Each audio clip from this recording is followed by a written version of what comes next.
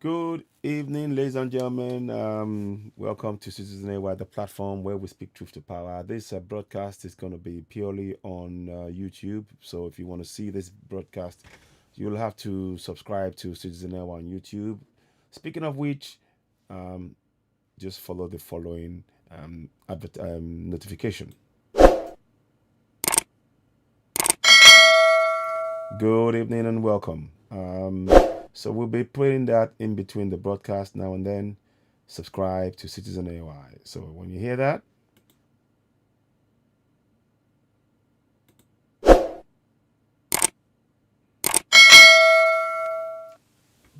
that's the point at which you subscribe to Citizen AY on YouTube. Good evening and welcome. Welcome. This broadcast is going to be strictly on YouTube alone. So please tell friends and family about it. We're just going to have a little bit of a broadcast. The video you see is a bit of it's good news. Good news is good news. Welcome on board. Welcome on board. Welcome on board. Welcome and join. Do share the broadcast. It's not going to be a long one. We're just going to go through the very good news. I'm sure many of you would have heard earlier on that the 8 out of the 12 that have been illegally held in Abuja by the fraudulent governance, the corrupt governance, the oppressive governance of the Fulani government, they've been released. So shortly we will be playing this video, whereby you're going to see, you will see that. Also, the very good news: the courts have the DSS in earlier today. The DSS were told to stay away from Oloye Sunday Igboho's house and to unfreeze his account. Because on account of them going into the house illegally. So there's double good news in many respects. We are still waiting for the release of Lady K and 3 others from the DSS. And it is truly horrifying what they've put them through. And I find that really sad that Lady K is still being held. She's a woman. She's done nothing wrong. She didn't carry any guns. We continue to demand for her release. Of course, we are happy that the 8 have been released. But she's the lady in that, and she should have been released immediately. So we want to say that. So please do share this broadcast. Now we're going to play this video. It's going to be about 10 or 11 minutes long. But I wanted to just bring this to your attention. It's a bit of good news. We've been doing a lot of things all throughout the day. So that has meant that we've not really, in a lot of meetings all throughout the day. But anyway, so we're here. Let's roll the tape. Here goes.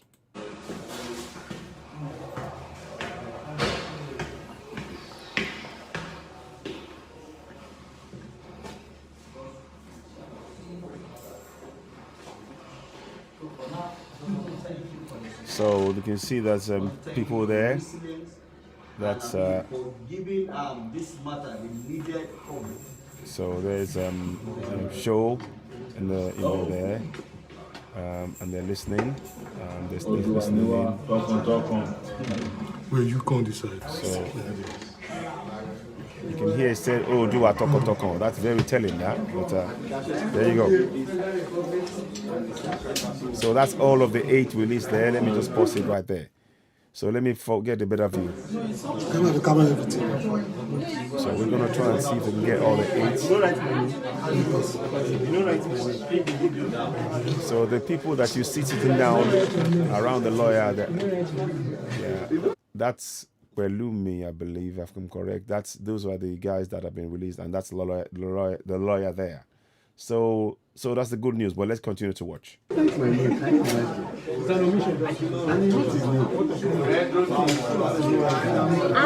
that's show.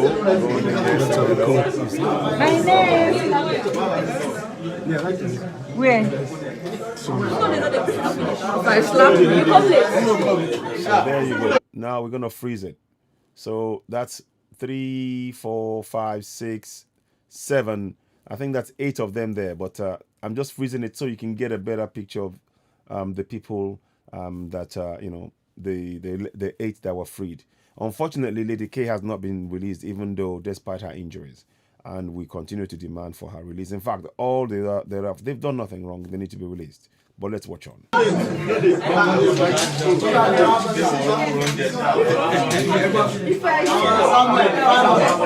those are the 8 there. You see, there's 1, 2, 3, 4, 5, 6, 7, 8. And that's Pelumi, I think. Is it Pelumi? I can't remember the other guy.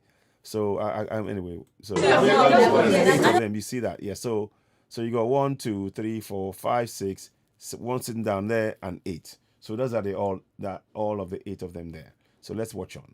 So let's watch this. And that's the lawyer there. That's Pelumi, lawyer Pelumi. Sorry, excuse me. I keep saying that's lawyer Pelumi. That's lawyer Pelumi, and that's I can't remember the names now. It'll come to me. Lawyer Pelumi is the one. I am sorry. Lawyer Pelumi is the one who's been fighting for the case. He's been really working on their behalf in many ways, and kudos to lawyer Pelumi. We've spoken to him. There are a lot of things that beg your pardon. Let me just bring that back up. Don't know what happened there. Okay, don't know what happened. Okay, so that's lawyer Pelumi there. He's the one with the camera there, obviously. Doing a great job, and he's really spent hours and hours, working closely with him on this case, and that's very, very good. Not just myself, a good team of people. We've been working tirelessly to try and make sure that we got them released, and we're really pleased to see them. But we are itching and eager to have Lady K released. The only lady, it just shows that this government has no pity or anything. She's done nothing wrong, and we need her to be released also, and the other 3. And we will not stop or know that. We will, of course, continue to work towards that. So watch on. So that's Showore there. So that's the 8 of them. You can see that Showore there. So let's go. So it's going to.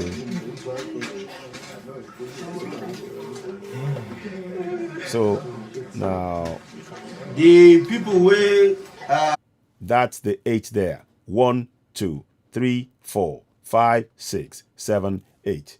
These are all the 8 people that were released, and it's great to see. And that's lawyer Pelumi, the lawyer who worked tirelessly, hours and hours and hours and hours, trying to make sure that they got justice, because what the DSS has put them through is nothing short of horror.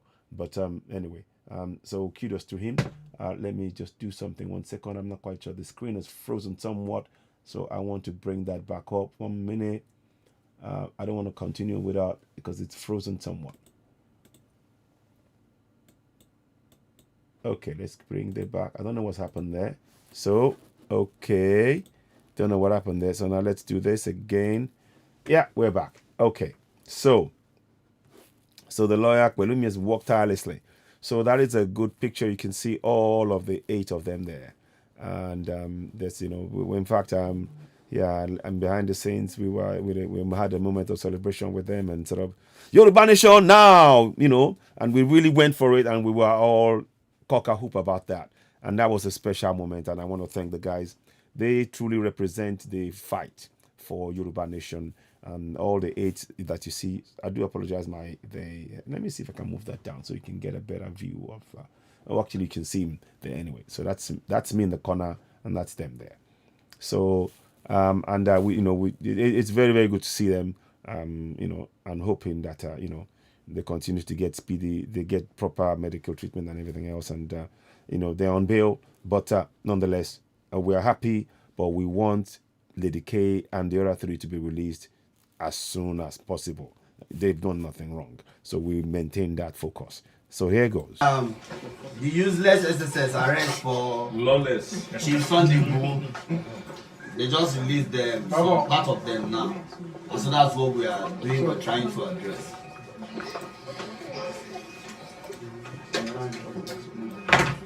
Gentlemen, hey, sometimes today, don't settle me. So today, you particularly, you have to settle me. Please, I'll be paying my debt very soon. Hopefully tomorrow. God bless you. There's emotional distress. So let's watch on. And we should celebrate with them, to be honest. Each and every one of them, they are warriors. They stood up. They are standing up for our rights, as the right to self-determination. Every single one of them are heroes. Every single one. And in fact, I do get emotional when I see them, because I cannot imagine the kind of pain they've gone through. The horrors. They've been put in dungeons. Let me say this: they've been put in dungeons, confirmed. They've been put in dungeons. You know, we were saying it that we've heard that they were in dungeons. It's not a lie. They've been put in dungeons.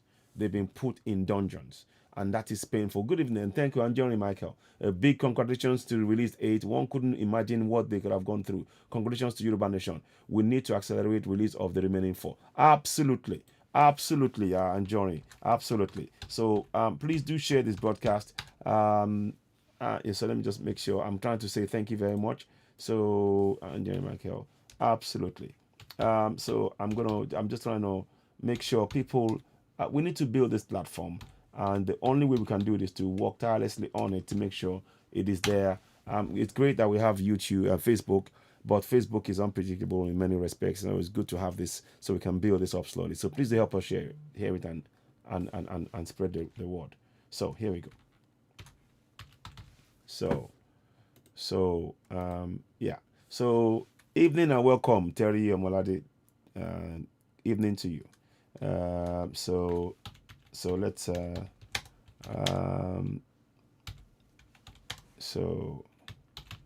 so that's we're just trying to build this platform. Please, whatever you can, give us a thumbs up as often as you can every time you come in and watch. So let's watch on. And also whilst we're here, let's do this. Let us do this.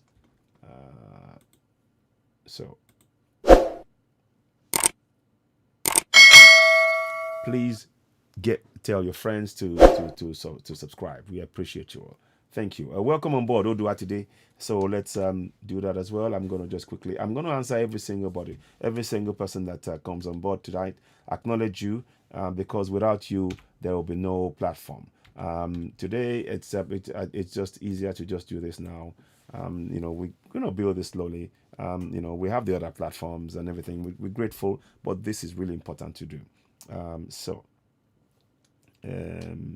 So good evening to you all, and please do share the broadcast, share it, and tell family and friends about it. We just need to continue to build this platform because it's of vital importance. But today we are celebrating a moment of joy in our struggle for Yoruba Nation. We have the right to self-determination, and these are heroes. The people that we're seeing in the pictures, they are all heroes. Every single one of them. They've been through a lot, and we are supporting them 100%. And I hope we take this moment to celebrate them, to say, well done. We appreciate you. We know you've been through a lot. I mean, their faces is not telling half of the stories that they're going to tell us later. It's going to be shocking. I'm telling you, it's going to be shocking. Watch out for it. The stories they will tell us in the coming days, we should all be ready, because these young men, these heroes, these Yoruba heroes, and they're going for self-determination. No guns, nothing. They are arrested, they are put in jail, they are beaten up by Fulani terrorists. While Fulani terrorists walk free, they kill and nobody stops them. And they're not holding any guns, no knives, nothing. They went into Olori Sonegbo's house, killed 2. They still haven't released their bodies. These are the kind of things. They are heroes. They've been through a heck of a lot. And from what I understand, you don't want to be in the DSS, whatever. You don't want to be there. And when you hear the story, you will remember that Citizen AY said something about that, because they will say the stories themselves. So we will leave that for them to say. And this is their moment. We are celebrating with them. This is their moment, and we are celebrating with them. It is a moment which we didn't even dare to dream that it would happen. For them to be put in dungeon for 2 months, beaten up, have good news. The rest must be released. Absolutely. Absolutely, Olatunji Babatunde. You're absolutely right. And welcome on board. Let me just acknowledge you also. Welcome on board. Absolutely. Absolutely. You're absolutely right. So we're just gonna do this so welcome on board to you as well. So so we're just trying to keep things going. So like I said, so let's watch on. Like I said, when I look at them, I get actually emotional because they are young men. They should be they look at them and they believe they are committed. You can see that they're fully committed to our right to self-determination. People will try and use the words like secession. Secession is when you have a country where everything is working. You have roads, you have water, you have light, you have bridges, you have schools, you have healthcare, you have electricity, you have safety, you have security, and then you decide, no, we're going to break it up. That is secession. What we are talking about here right now is not secession. It's about the right to self-determination, because all of the things that I've listed right now, the roads, the schools, the bridges, the healthcare, the safety, the security, the payment to the pensioners, giving them free healthcare, free service and safety in their areas, get them to be looked after. None of that is available. There was an old man, an 84-year-old man. His toilet is outside. Honestly, we had a show on OduduwaTVRadio, and it was in Yoruba. He's a Yoruba man. He speaks a bit of English, but he's surrounded by Fulanis in Abeokuta, and his toilet is outside. He has no front door. He's an 84-year-old man that has worked in that country. There is no way he should be living in squalor. And he was literally living in squalor. We're trying to raise funds for him. That's the kind of thing. That is why these young men, they are justified in going for self-determination. This is nothing to do with secession. This is self-determination, because what they have done to us, what the Fulanis have done to us, is they have enslaved us and continue to enslave us in our land. So we have totally 1000% justified in going for self-determination. I want you to firmly believe in that. I want you to hold that closely. So when they're writing, it's the same thing. They write about when Fulani terrorists go and kill people, they write unknown terrorists, or bandit, unknown terrorists, bandit, rustlers, nonsense. They write everything to change the facts. The same thing. So when the people are going for self-determination, they know that when you say self-determination, they cannot challenge that. So what do? They bring the word secessionist, because they want to get what they're using is trying to use words to trigger people to rebel against self-determination. These are all subtle. These are the work of the Fulani hegemony. They try to turn us against each other, to use the word. How dare they use the word secessionist when the government is imprisoning our people? There is not one Fulani man that has been jailed for killing a southerner. Not one Fulani terrorist that is in jail for killing a single southerner. So I want you all to remind yourself, when you see the word secessionist in their writing, you psychologically start making that to be self-determination. You start taking control. Because you see, by them putting secessionist, they want to put into our minds that we are trying to break up a nation that is working. Tell me, what is working in that contraption? Tell me, give me one thing that is working in that contraption. Those of you watching, please continue to give us a thumbs up, share this broadcast. We're trying to make sure this is a short broadcast. I don't want to necessarily do too much because I'm really tired tonight. We spent some moments with this man, a young man, earlier on, and we were in a meeting, and that was really nice to see. And I want us to, and they're the focus of all of this. But we're just trying to tell us, when you hear the word secessionist, replace it with self-determination, because the government have imprisoned us in our land. And what we're now doing is taking control back as the people in our land to go for self-determination. And they're trying to stop us. So it's really important we take control of that language. We make sure that we pass the language, we explain that language to our people. All Middle Beltans, all Lower Niger people, all Yoruba people. We need to take control of that narrative. We mustn't let them get away with saying that we are secessionists. We are people that are going for self-determination. We must take control of that narrative. It is really important that we do so. And that is how we are going to begin to win this battle of mine, the battle. Because make no doubt about it, the Fulanis, under the guise of telling you that they believe in one Nigeria, what they really want is to grab your land. That is it. Their one single religion is the land. That is it. Let me say that again so you understand. Their one and only religion is the land. The Quran is just a cover. They want the people to believe in that Quran. Whilst they're believing in it, they take the land. It's a means to an end. The Quran is a means to an end. Go and watch a video I did before, understanding the mental, the psychology of the Fulani, and and how and the need for us to halt the Fulanization of the South.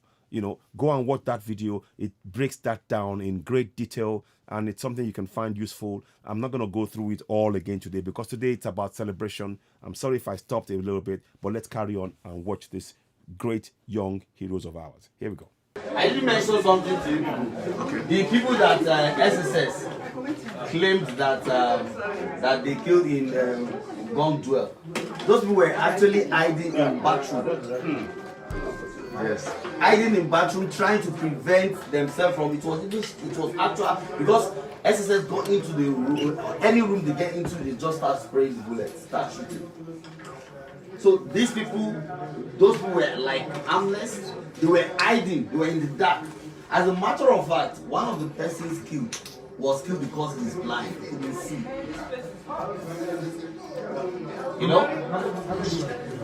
Two persons. One was blind, he couldn't see very well. So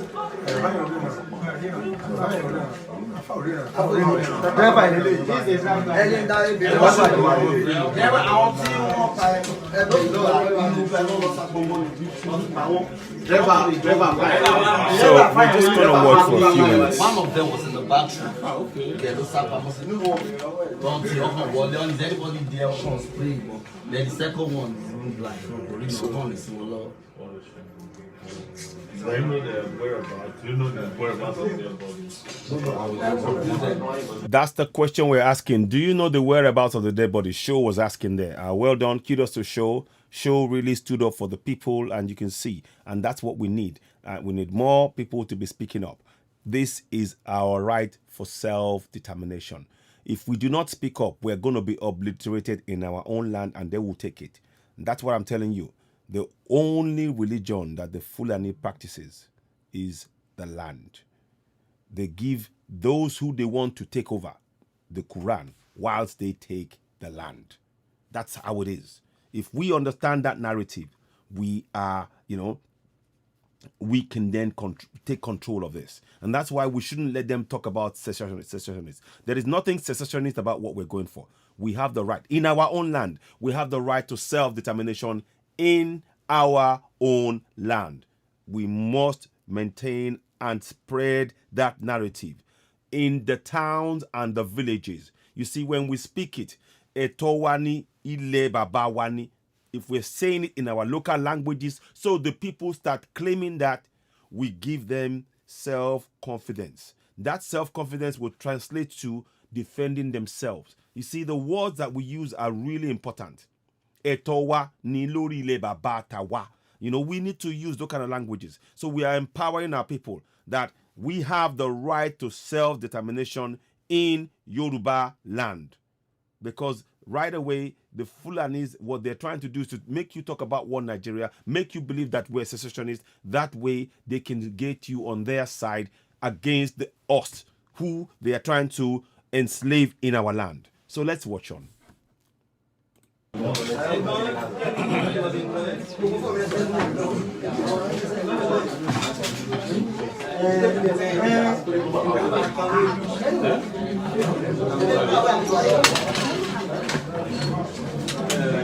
Treasurer.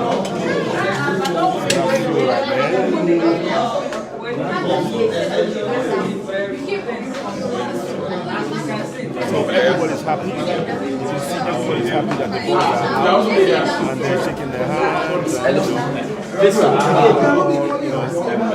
and the boys are still in there. So it's really good to see this. It's really good to see this. Those of you who are in the know will know that I and Show, we have a bit of a history. We worked on things on African Action Congress and all of that, and bringing him to the UK and all of that. So, and that is part of our history. It's our that's something that it's a bond right there that is unbreakable. And going forward, I'm hoping that it will reflect more in terms of what we're doing in terms of Yoruba Nation. His presence here speaks volumes. His presence here speaks volumes, and I want to commend him. Kudos to him for speaking up for the people, for speaking up for Yoruba people who have the right for self-determination. And that is what I would like to say at this point. But let's watch on. And I'm not saying that confirm that you saw something like that. I just saw that small guy. Something that you saw something like that. Yeah, Mungo. Because I want to be sure. No. But It's a full house, so already get. How now? Everyone is getting tired. I was getting tired of the Buhari. Run out of love. So We did Buhari did. And Christmas be that. So that show there, it's part of the whole thing. The reason I'm cheering, we're just talking through this. Those young men, they have the focus. Young men, they have the focus. And there you go. That's one of them. That's one of them right there.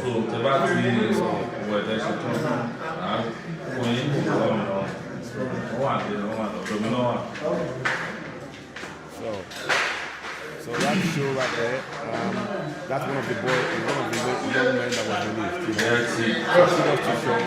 I'm happy to say that.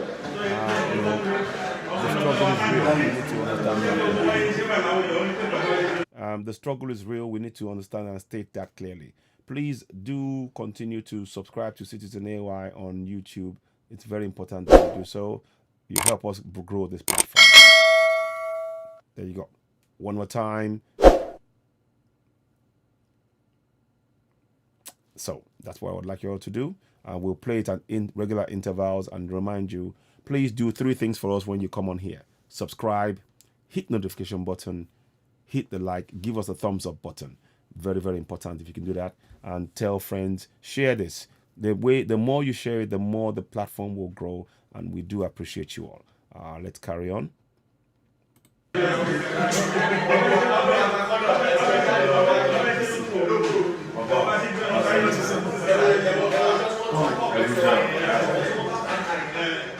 So let's see if there's anything we'll see more.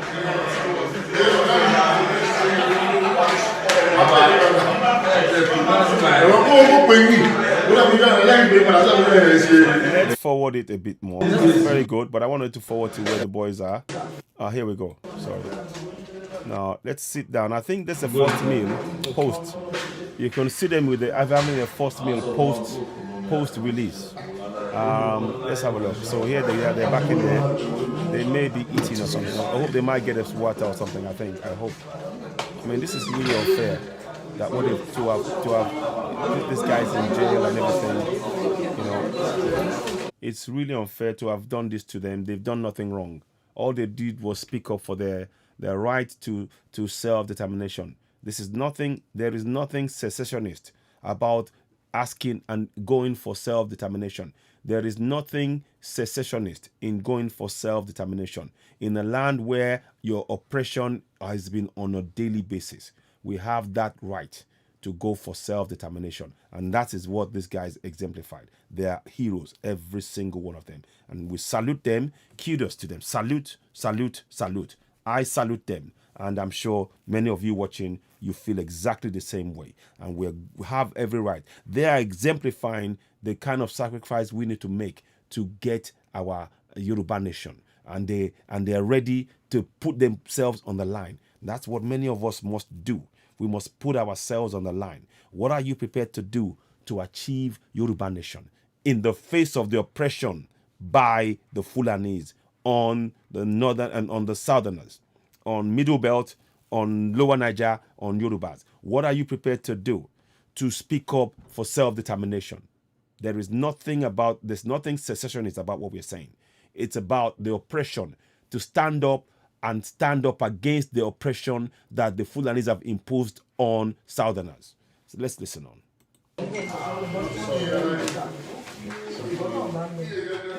So here we are. There you go. That's their first meal. I wanted you to see that. That's their first meal. That is really important. Really, really important. Their first meal, they brought it. You see, that's their first meal. And the 8 of them are going to have their first meal. Proper meal. They said what they've been given was like engine oil. So in effect, whatever they were eating was making them just purge uncontrollably. And that is what's painful.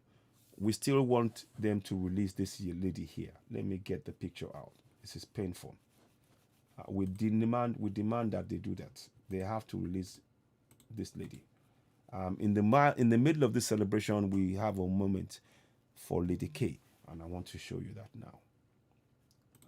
A moment for Lady K in the middle of all of the celebrations. As happy as we are that they've been released, we put her in the focus. She is the one that we are asking that they release. She's done nothing wrong, and we are justified in asking for that. They should not hold her any minute longer. So let me just do something. You will see it come up, and we'll just say it's just a moment to acknowledge,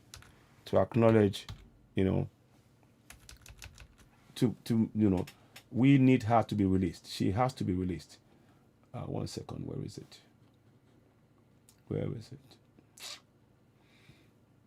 it? 1 second, please. I'll get it. Here we go.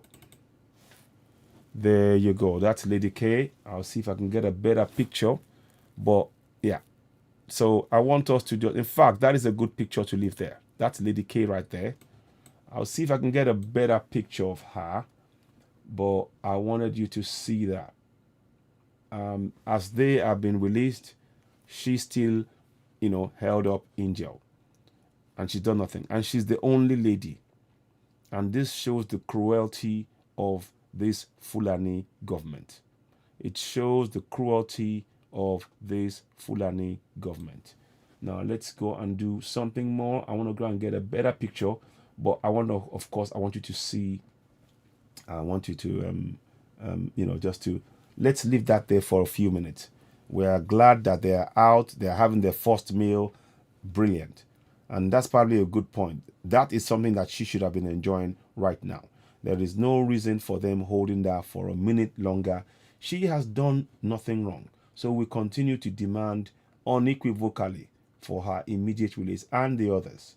We continue to demand that. So let's get you a picture. There you have her. Now, I'm not quite sure. One of them might have been released with her.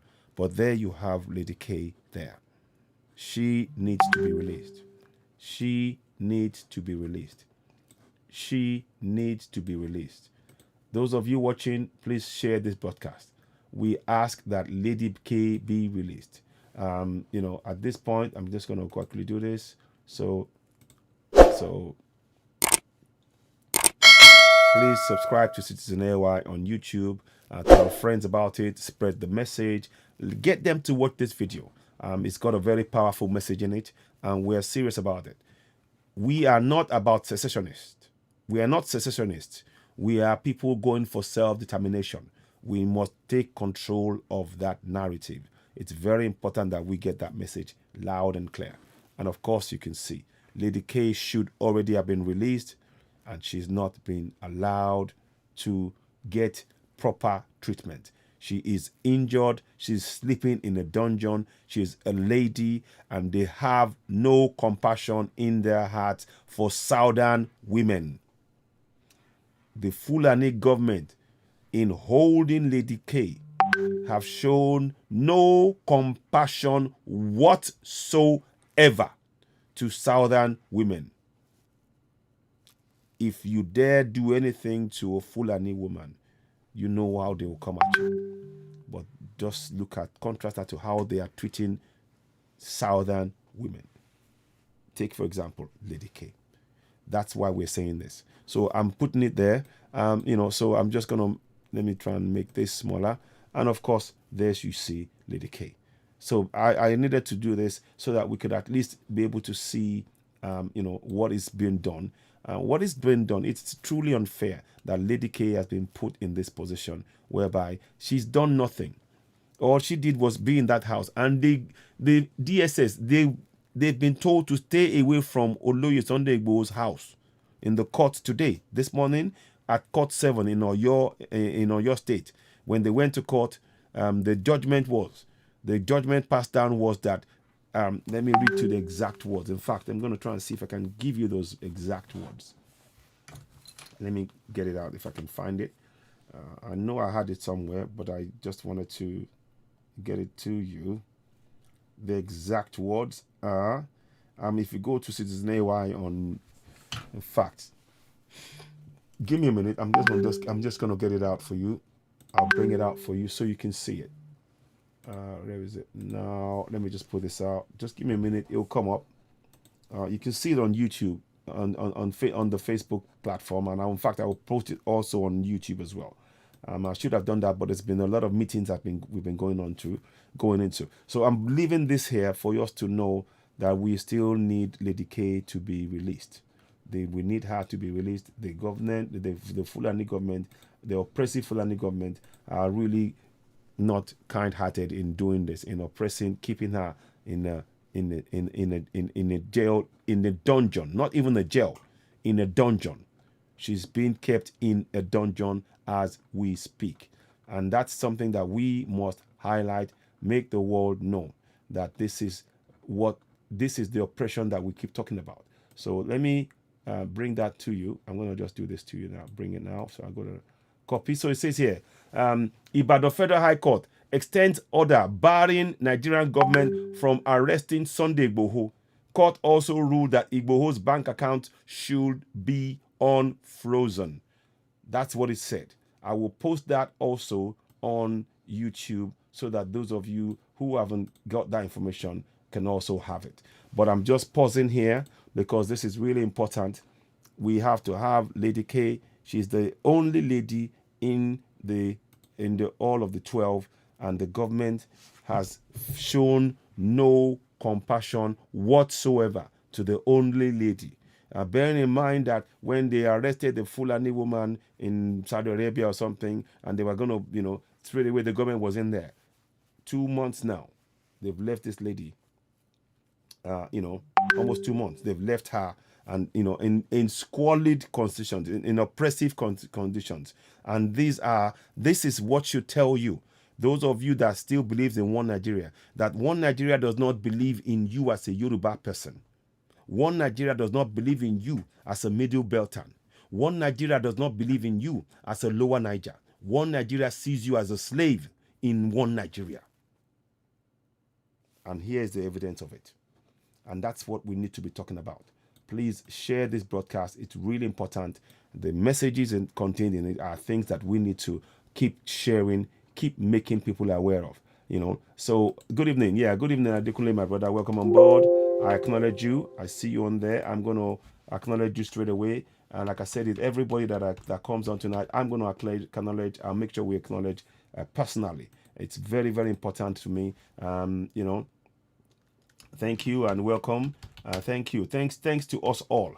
All of us are in this struggle, but for our voice, none of this would have happened because we've been raising our voice. We've all been talking, and there was a little deep in between things, but we still remain, we're still pushing, and we're going. And The 8 is evidence of what the work we've all collectively been doing. So let's give ourselves a bit of a pat on the back, all of us collectively, and we should do that. But there's still a lot more work to do, and that's why you see that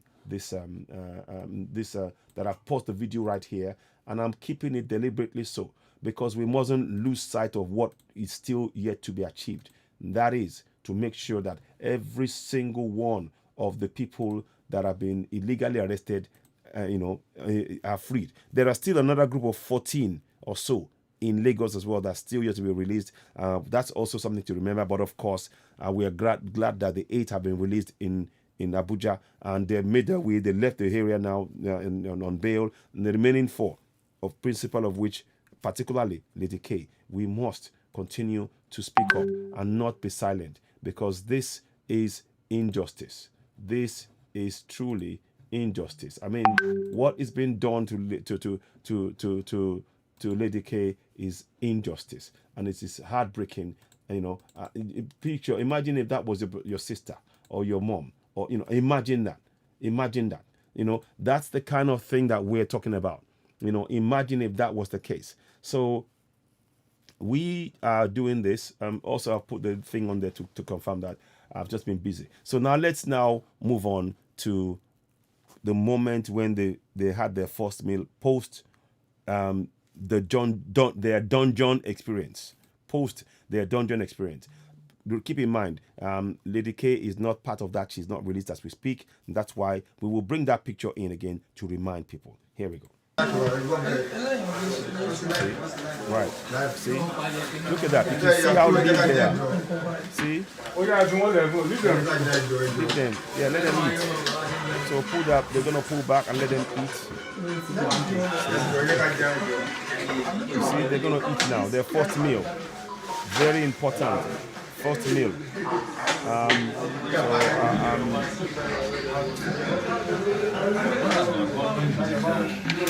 Yoruba Nation now. Yoruba Nation now. Yoruba Nation now. Yoruba Nation now. No retreat, no surrender. No retreat, no surrender. No retreat, no surrender. Yoruba Nation now. We must continue. We must push on. We must push on. We must push on. And we must recommit ourselves to this struggle. Our push for self-determination in our own land. Let's watch on.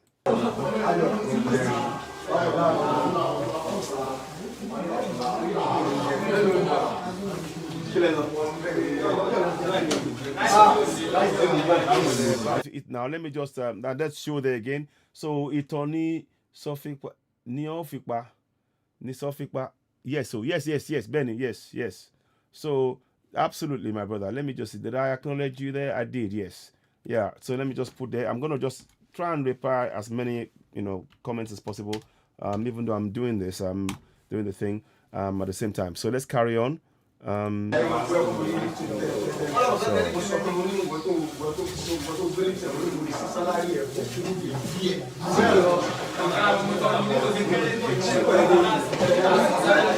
can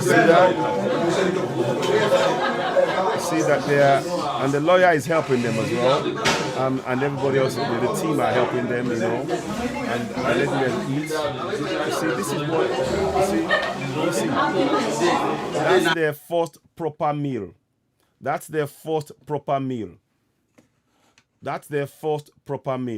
I want you to just take that in. That's their first proper meal.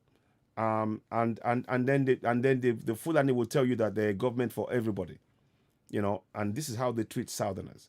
I want you to just take heed of what I'm showing you now. That's their first proper meal, because the meal they were giving them, they called it engine oil. Because the meal they were giving them with the food, when they ate it, they couldn't keep anything inside. They couldn't do anything. It was just making them weak. And the treatment that they got in the dungeons, you will hear more in the coming days from them. You will. I'm guaranteeing you will hear the comments of what they went through, what happened to them. You will hear. And when you hear it, you be prepared to weep. You will hear it. I'm not going to say it. We will leave it for them to say. But you will hear. One thing I will tell you is that they were indeed in a dungeon in the DSS. And there are more stories that they will tell us, but I'm going to leave it to them because they deserve that honor to say what happened to them. I'm not going to give you everything else about what I've heard and what they've said to me personally, but I want you to look out for it. Look out for it when it comes. Look out for it and be prepared and use that as a motivation for us to continue to go forward for Yoruba Nation. But they're having their first meal. And as they're having their first meal, I want you to remember Lady K is still being imprisoned by this hateful, hurtful, no compassion government. A government that treats our women in this manner. When a government treats Yoruba women in this manner, it tells you how they view Yoruba people. Let me say that again slowly. When a federal government treats a Yoruba woman who they found no guns on, when they treat her like this and she's injured, she's limping, she should have been the first one that they let go of. But they don't want to do it. And they say they're trying to give some valid reason of some kind of this and that. There's no reason why you shouldn't let go. She's done nothing. She's not carrying a gun. She's talking about self-determination. And I want you, when I'm putting this picture, I want you to use it as a motivation for you to recommit. If you are wavering about Yoruba Nation, look at that picture. That is our women. That is our woman. She is our wife, brother, a wife, mother, sister, aunt, nephew, sister, wife, mother, sister, aunt, niece, grandmother. I'm just, that's all our women rolled into one there. And the symbol of them treating her like that would mean that every single Yoruba woman will be treated in the same way by the Fulani government. That is what we're talking about. Yes, Yoruba Nation, now. And Jody Michael, yes. Yoruba Nation, now. That is, she symbolizes how the Fulanis are treating Yoruba women in contractual Nigeria every single day. I want you to think about that. She symbolizes how the Fulani government treats Yoruba women in contraption Nigeria every single day. Please make this video go viral. Do your bit. Share it to family and friends. Make sure they understand the point that is being made here. The treatment being meted out to Lady K. We love you, Lady K. Absolutely, Adekunle. Absolutely, we love her. And that is why the first question on my lips was, why was it that Lady K has not been released? That's the first question on my lips when I was talking to the team, working to, to ensure that she's released. That's the first thing. And they felt, I'm not going to say too much, but I want you all to know that is something that is of immense importance. How they treat our women. Yes. Yeah, it's so, it's so true. We should not accept it. The way they have treated Lady K, the way our own Efunisheto Anirua, absolutely, Benio, very, very true. So let me just answer again. People, there is a lady. If you don't know the story of Efunisheto Anirua, go and look it up. She is a great Yoruba lady, that story is one which we can retell. It's safe to say that she is she is our own modern day Efunisheto Aniwura. You are absolutely right. So well said. So I'm pausing the video at that point. I'm just making sure so that we all understand what is being done here. That the oppression, the way she's been held illegally against her own will. She did nothing. All she did was speak up for self-determination. And what does she get in return? Oppression, suppression, beatings. She's got a fractured hip, I think, or leg, and she can't walk on it, and she's been receiving beatings. She's in a dungeon. She's having to change clothes in front of men. No respect whatsoever. These are the men that are talking about, they should keep men and women separate. In Islam, In their Islam, right? They say that men and women should be separate. But look at how they're treating Lady K. Lady K is having to change clothes in front of men, disrobe in front of men. Do you know what that does to you psychologically? Do you know what that does? And these are the same people who are telling you they believe in Sharia law. They believe in Islam. They believe in Islam. Yet, again, she is a Yoruba woman, and they don't even treat her as a woman or even as a human being. She's in a dungeon. She's made to lie on the floor. No mattress for her. That's your one Nigeria. Those who are telling you to believe in one Nigeria, that is how they are treating Yoruba women. Those who are telling you to stick with one Nigeria. Abuja Yoruba was coming out and saying secessionists should know we should believe in one Nigeria. The one Nigeria, this is how they are treating our Yoruba women. This is how one Nigeria is treating our Yoruba women in jail. In jail. Sleeping on the floor. This is your so-called one Nigeria. One Nigeria. This is how you're treating our Yoruba women. The so-called one Nigeria that you want us to be in. So if those of you who are talking about one Nigeria, just know that should you get your wish, you will never get your one Nigeria. What you will get is a Fulanization of contraption Nigeria. They will turn that contraption into a Fulani sultanate, yet imprisoning more of our Yoruba women. Do you notice what they do? When they go into areas and towns, they round up our women and they rape them mercilessly. This is a rape. This is a psychological rape that is being done on Lady K. And they're doing that to hurt us, the men. What is being done to Lady K, imprisoning her, is a psychological rape, physical torture. This is, like I said, in the so-called Islam that they believe they like to practice, no woman should be put in the same room with a man. But what do they do in DSS? They put her in the same room with 9, 11 other men. She has to change and bathe in front of them, disrobe in front of them. What does that say to you about their belief in that culture and the respect for the women? What does that say? So they can respect Fulani women, but they cannot respect Yoruba women. And what does that say about your one Nigeria? If they don't respect a Yoruba woman, whatever the circumstances, if they cannot respect a Yoruba woman, but they want us to believe in one Nigeria, can you see where I'm going with this? Can you see why we have to dismantle contraction Nigeria completely? Can you see?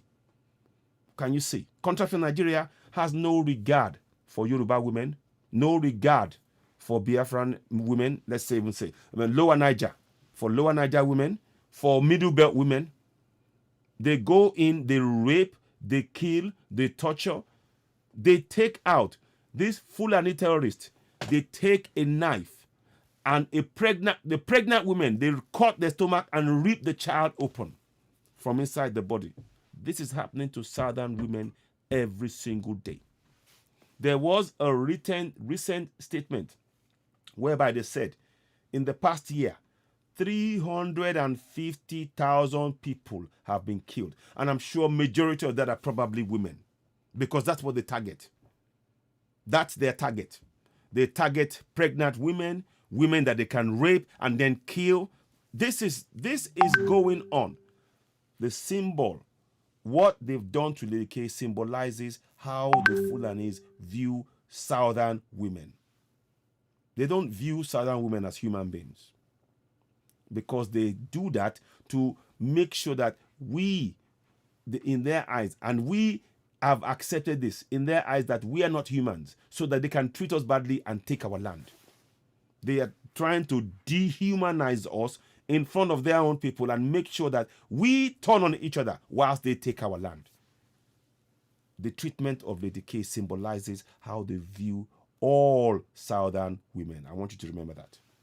I want you to remember that. I want you to remember that. If you take anything else away from this broadcast, it's to remember that the Fulanis who talk about, oh, no, the women and men should be separate, because that's what their so-called teacher, Uthman Danfodio, taught them. The women and men should not be together and everything else. But now, can you see? Can you see? When in the dungeon that they placed a woman who's done nothing wrong, when they illegally went and invaded Oloye's house, and you've had me read the fact that they said that they should stay away from his house and they should unfreeze his account. In the dungeon that the DSS, by the Fulani government, put her, what did they do? They put her in the same room with men. Which means that when they tell you to believe in the Quran, it's all a lie. They don't, it's a means to an end. It is a means to an end. Please continue to share this broadcast. Give us a thumbs up. Share it to friends and family. I would really appreciate your help and support in growing this platform. It's very, very important.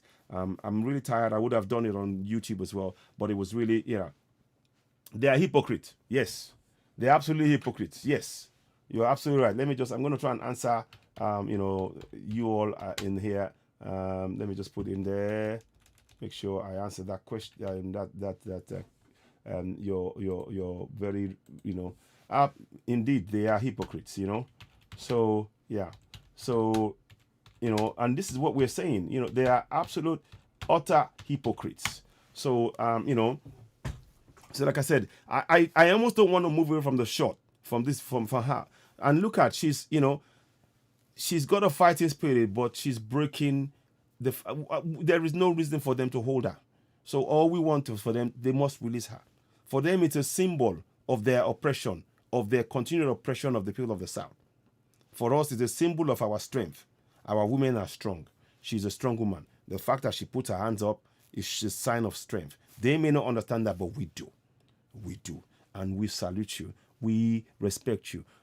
You are one of us. She's one of our media presenters. We have been in meetings together. We've talked. We've had discussions. I've spoken personally to Lady K. So this is personal for me.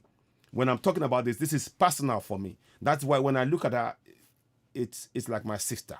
It's like, and you're doing this to my sister and you expect me to just go, oh, you're fine. Nah, she's got children.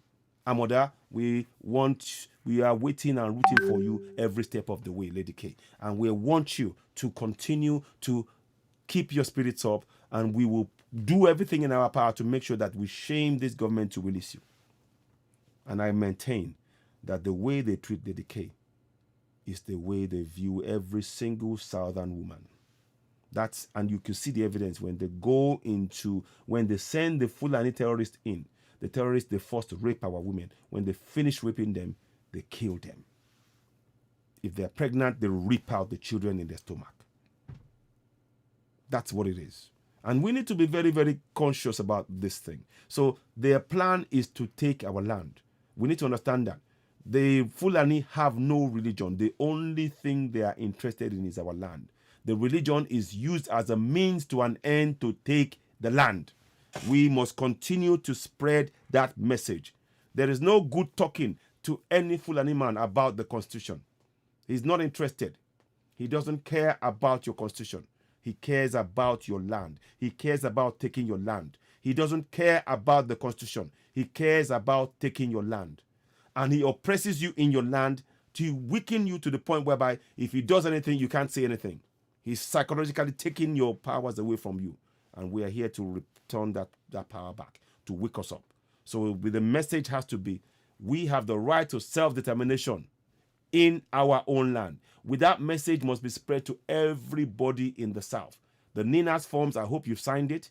If you haven't, let me get the NINAS and put it up here for those of you who are watching now. Initially this was going to be a short broadcast, but I'm recognizing that the information that's coming, sometimes when it comes, I have to just let it run with it. And because it's all linked, this is coming from a deep place. It's a deep sense of injustice that we have to address. I'm not sleeping well. It's having a lot of impact in many ways. But there we go. there we have it. So I'm going to just quickly put this here. So if you haven't signed the NINAS forms, please do so now. So I've got it there. Please sign the NINAS, forms. So I'm going to NINAS petition. Okay. So we've done that. So there she is. Now I might come back to the video. Now let's watch them eat for a few minutes, because that is the reason I'm showing that, is because you can see here are the 8 they released. They are having their first meal. She's still eating engine oil. Lady K is still eating engine oil. I just want us all to think about that. And that's why we need to put the pressure on. She's still eating the same engine oil food that makes them completely purge and is doing the stomach really bad. We don't know what is in it. So here we go.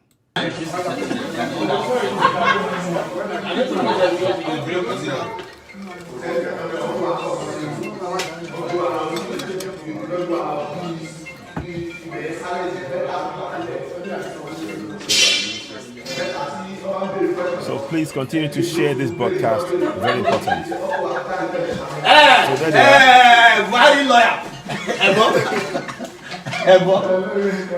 Why lawyer? Why did you come to defend from the? You see, so they're eating now.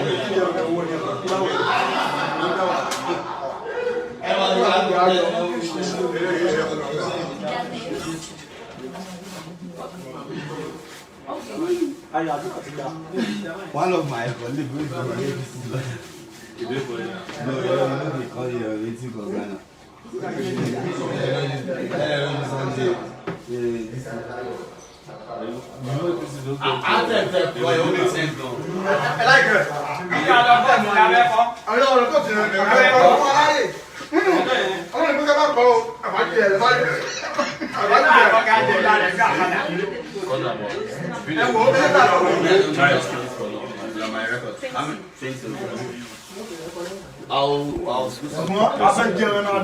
So they're eating away. I'm pleased for them. It brought a smile to my face to see them have their first meal together collectively, and you can see that they are happy, that they're breathing the first few hours of freedom from the oppression. We're still in a slave camp, but they,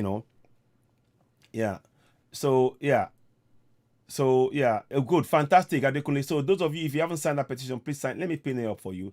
Let me pin the petition for those of you who haven't signed it. Please, I urge you, go and sign it. Now, I'm going to go back down to the picture again of Lady K. First, I'm going to approach this one here. You can see that's Lady K there.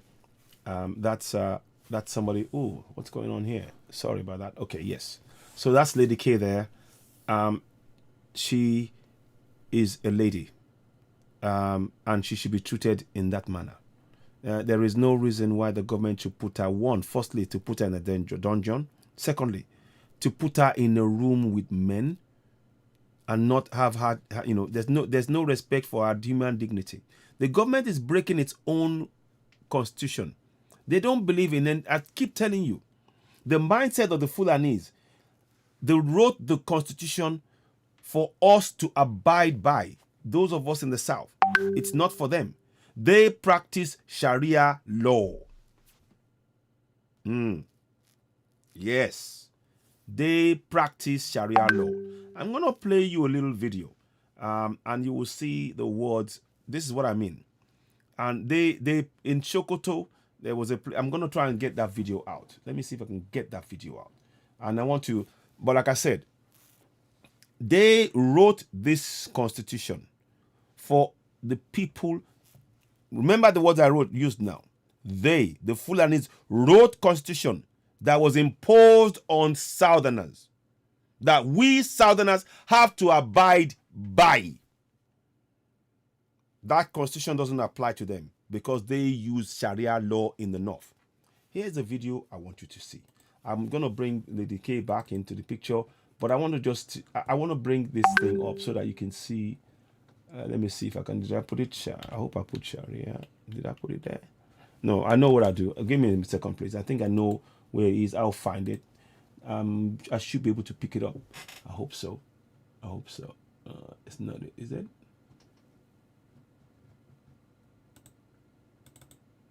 ya zagi manzo Allah There we Sakkwato. Fantastic. Now, I want you to watch this video. Let me see if I can. I want you to watch this video. Let me see if my voice, and I might probably will take my, I will take my face away because I want you to see the words. I'll be behind the screen, but I want you to watch these words and listen to the words in the video. That you'll see the words going across the screen. Let me see if I can lift it up. Can I do that? Because I really want you to. Can I? I hope I can. Oh, okay. I'll endeavor to try and I'll mute some things. Okay, 1 second, please. Give me a minute, please. How do I do that? How do I do that? I'm just trying to work out how to make it, because I want you to. You need to really see this picture and understand what has been done. There are ways I can do this. Let us see. Fado Alimi, welcome on board. I'm going to acknowledge you as well. So I endeavor to acknowledge everybody that's giving us a shout out tonight, and I want to please encourage you to share this broadcast, and share it far and wide. And we're trying to grow this platform, and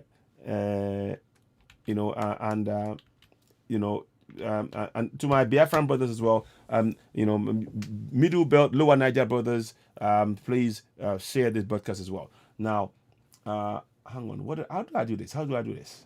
At this point, whilst I'm thinking about that, let's just have a little bit of a break in between it. So, okay, so there we are. Now let's do something. I'll make it smaller, and I'll see if I can make it as big as I think I can, because I haven't got too much time, and I don't want it to take things away. So I'm going to do that. Yeah, I think that's probably better. So you can see the words. I want you to not miss a single word of what it's saying. Now, here we go. Ya zagi manzo Allah Sakkwato. Sakkwato ya yi rubutu ga Facebook. Ya faɗi maganganun da ba su da daɗin faɗi game da annabin rahama. Kuma cikin Sakkwato nace a maka yayi kure. Ai ba Sakkwato ake irin wannan shigataka. Mu kashewa mu kai. Mu akan manzon Allah iya kan mu kashe. Don haka ba Kano bace, Kano yan kasuwa ne. Shi yasa kaga an ce ma manzon Allah dan luwadi an tsaya ana jayayya, an ce ma manzon Allah kwarto an tsaya ana mu na kashewa mu kai. Wallahi kwadda ma manzon Allah mu iya kamar da shi mu kashe. Allah ya gafarta mu wani yaro, naga wani bawan Allah jiya ga Facebook yace wai an ce mahaukaci ne, yace to ai mu ma mahaukata ne. Ai iyaka hankalin mu kai a taba annabi, ana taba annabi mun zama mahaukata. Wagga ita ce magana ta gaskiya. Allah shi muku albarka Sakkwatawan shehu. Duk wanda ya kalli Facebook da sauran social media da irin wanda an ka hito kwarkwata an ka ta gidan sarkin musulmi, ya nuna Sakkwata suna nan bisa ga tarbiyyar da dan hodiyo yayi musu. Don haka Allah shi muku albarka. Da an sakai ku kashe shi. Magana bai da hankali bata taso ba. To bai da hankali duk bai da wanda yaka zagi sai manzon Allah. Mu ma bamu da hankali an taba annabi. Don haka duk irin mu bai da hankali bamu da. Da an sakai ku kashe shi. Kuma ba shi da duk wanda ya taba manzon Allah ku kashe shi. Bai da hukunci ko belle ya bai taba manzon Allah bai da hukunci illa kisa. Musulmi in ya zagi manzon Allah ko ya ce ya tuba, wannan tuba ta tsakani ne da Allah, amma dai sai mun kashe shi. Bai da hankali ya sanya ta ya sau waya, bai da hankali ya sanya sau data, bai da hankali ya sanya buɗe shahin Facebook, bai da hankali ya san da an kayo mai ya goge. Don mahaukaci ka waɗanga abubuwa da kun gane ku kashe shi, an sa kai ku kashe shi. Kun ba shi ɗaya ba, kwata manzo Allah ku kashe shi. Babu wani hukunci ga zagin manzo Allah illa kisa. In ka tubo wannan tsakaninka da Allah can in ya ga dama ya ga, amma dai muna an ce mu kashe ka. Kwata ba manzo Allah ku kashe shi. Kada ku tsaya faɗa ma hukuma a kashe ɗai.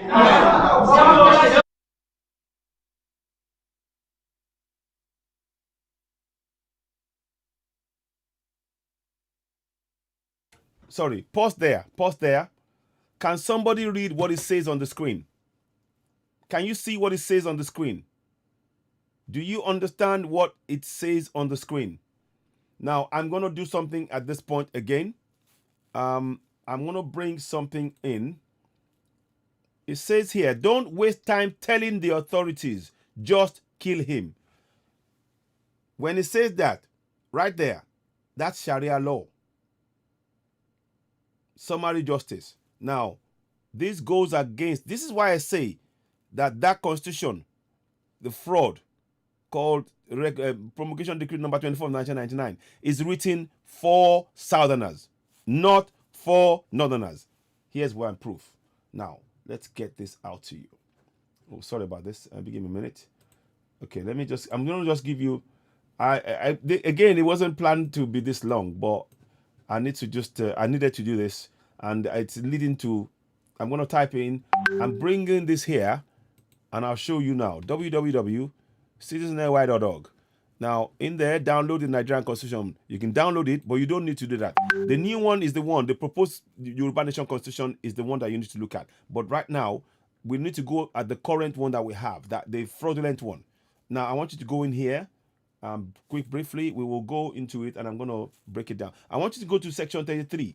We're going to go to section 33 of the Nigerian Constitution, of the fraudulent Constitution.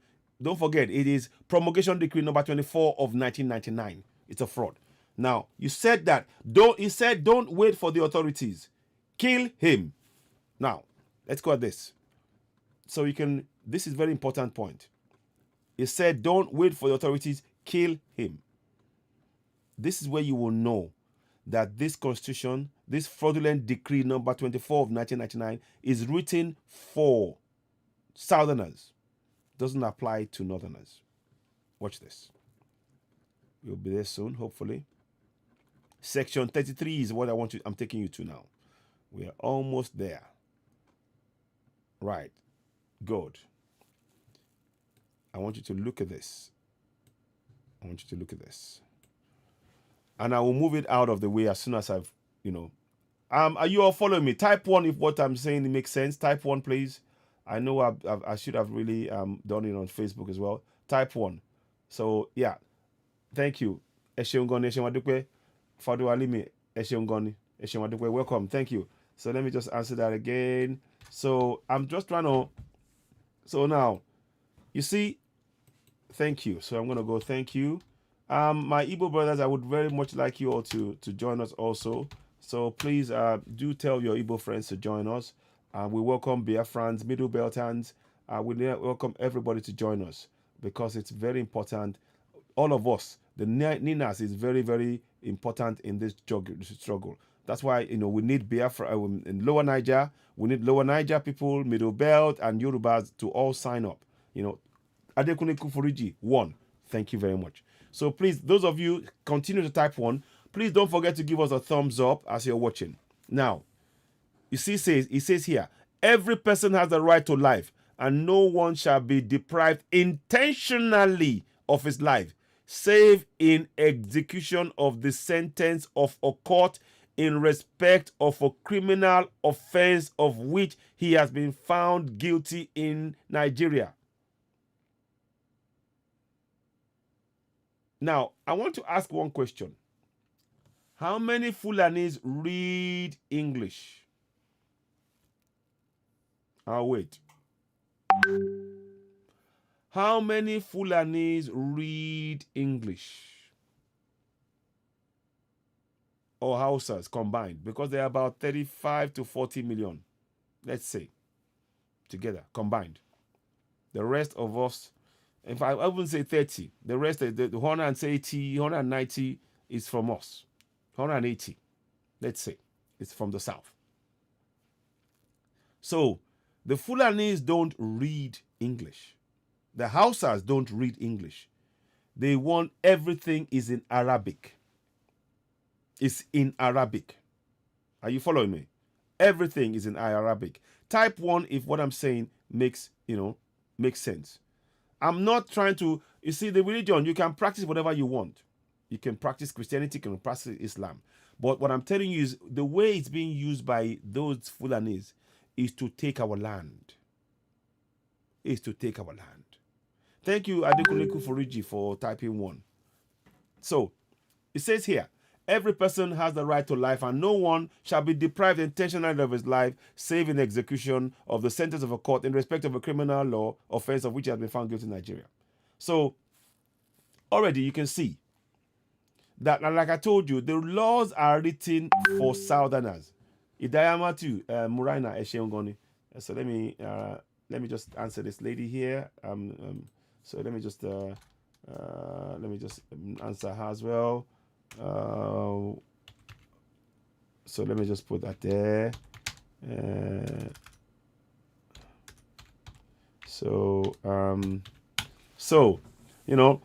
look, I'm just showing you what is going on. Now I'm going to do something now, because we paused at the point. We were watching a video of where a Fulani, I don't know, Alpha or whatever, is telling people to kill because they abused Muhammad. I don't condone abuse. Let me say that I do not condone abuse. I don't condone abuse. So that people don't say I'm saying it's okay to abuse. No, it's not okay to abuse anybody. But it's not equally not okay to kill somebody because they abused. I don't, and the law does not allow for it. But you can see that they are not practicing our constitution, and we're in the same nation. They are not practicing our constitution, and we're supposed to be in the same nation. This is why we're saying we have the right to go for Yoruba nation. We're not about secession. We're going for self-determination. Now let's go here. Now I'm pulling that back. Can you see? Now the words you see again on the screen are, don't waste time telling the authorities, just kill him. Who are the authorities? The judiciary. The case against anybody that people, a religious person would feel, whoever you may be, must be taken to the judges. Take it to a court. Take it to a criminal court. Claim it to civil proceedings, and judge it there. You do not take you don't arbitrarily take the life of somebody. So, let me just put this up here again so you can see that. So you can see this, look. Here we go. There. So, every person has a right to life, and no one shall be intentionally deprived of his life, save in execution of a sentence of law in sentence of a court in respect of a criminal offense of which he has been found guilty in Nigeria. Now, as I told you, this law is written.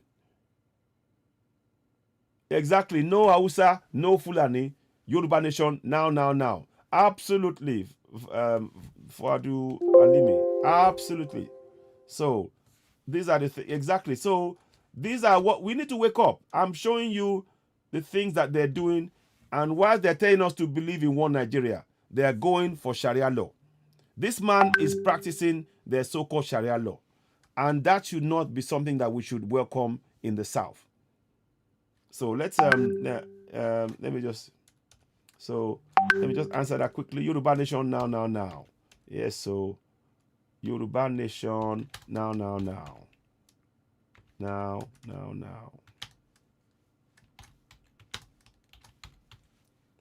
Okay. So I just wanted to show you. Now let's play the video again a bit. So in ce ba daukar doka a hannu, to ci ko mutu an ce ya laifi ga hannu. Watch. Yawwa. Haji, babu wani hukunci, ba wani tawili da wani zai da ka zagi manzo Allah. See that? There is no other punishment than killing. Punishment rather than killing the person. No other punishment. You see? Hukuncin kisa. Ko limamin Makka ya zagi manzo Allah, hukunci ne kisa. Balle wani dan iskan banza. You see? I want you to just consider those words. It is not about abusing any religion. I have the deepest, highest respect for the religion of Islam and Christianity, even though I don't practice any of them. I'm not believing in any of them. But I have the respect for those who do it. The point is to respect the people and not impose your will on the people in their land. The Fulanis are not part of, they have never been from our shores. The houses were there. They took land from us. They took land from the houses. They took land from the Yorubas. They're now trying to take the whole of the South because they believe in the Usman Dan Fodio ideology. And it is all predicated on this Sharia law, which they want to impose. So when I tell you that the constitution is not written for Hausas or Fulanis, it's written for Southerners to comply with. And the people who wrote it are Hausas and Fulanis. Now, why should we accept the Hausas and Fulanis writing the constitution for us to abide by when they apply only Sharia law to themselves? And you have the evidence. The man is saying it.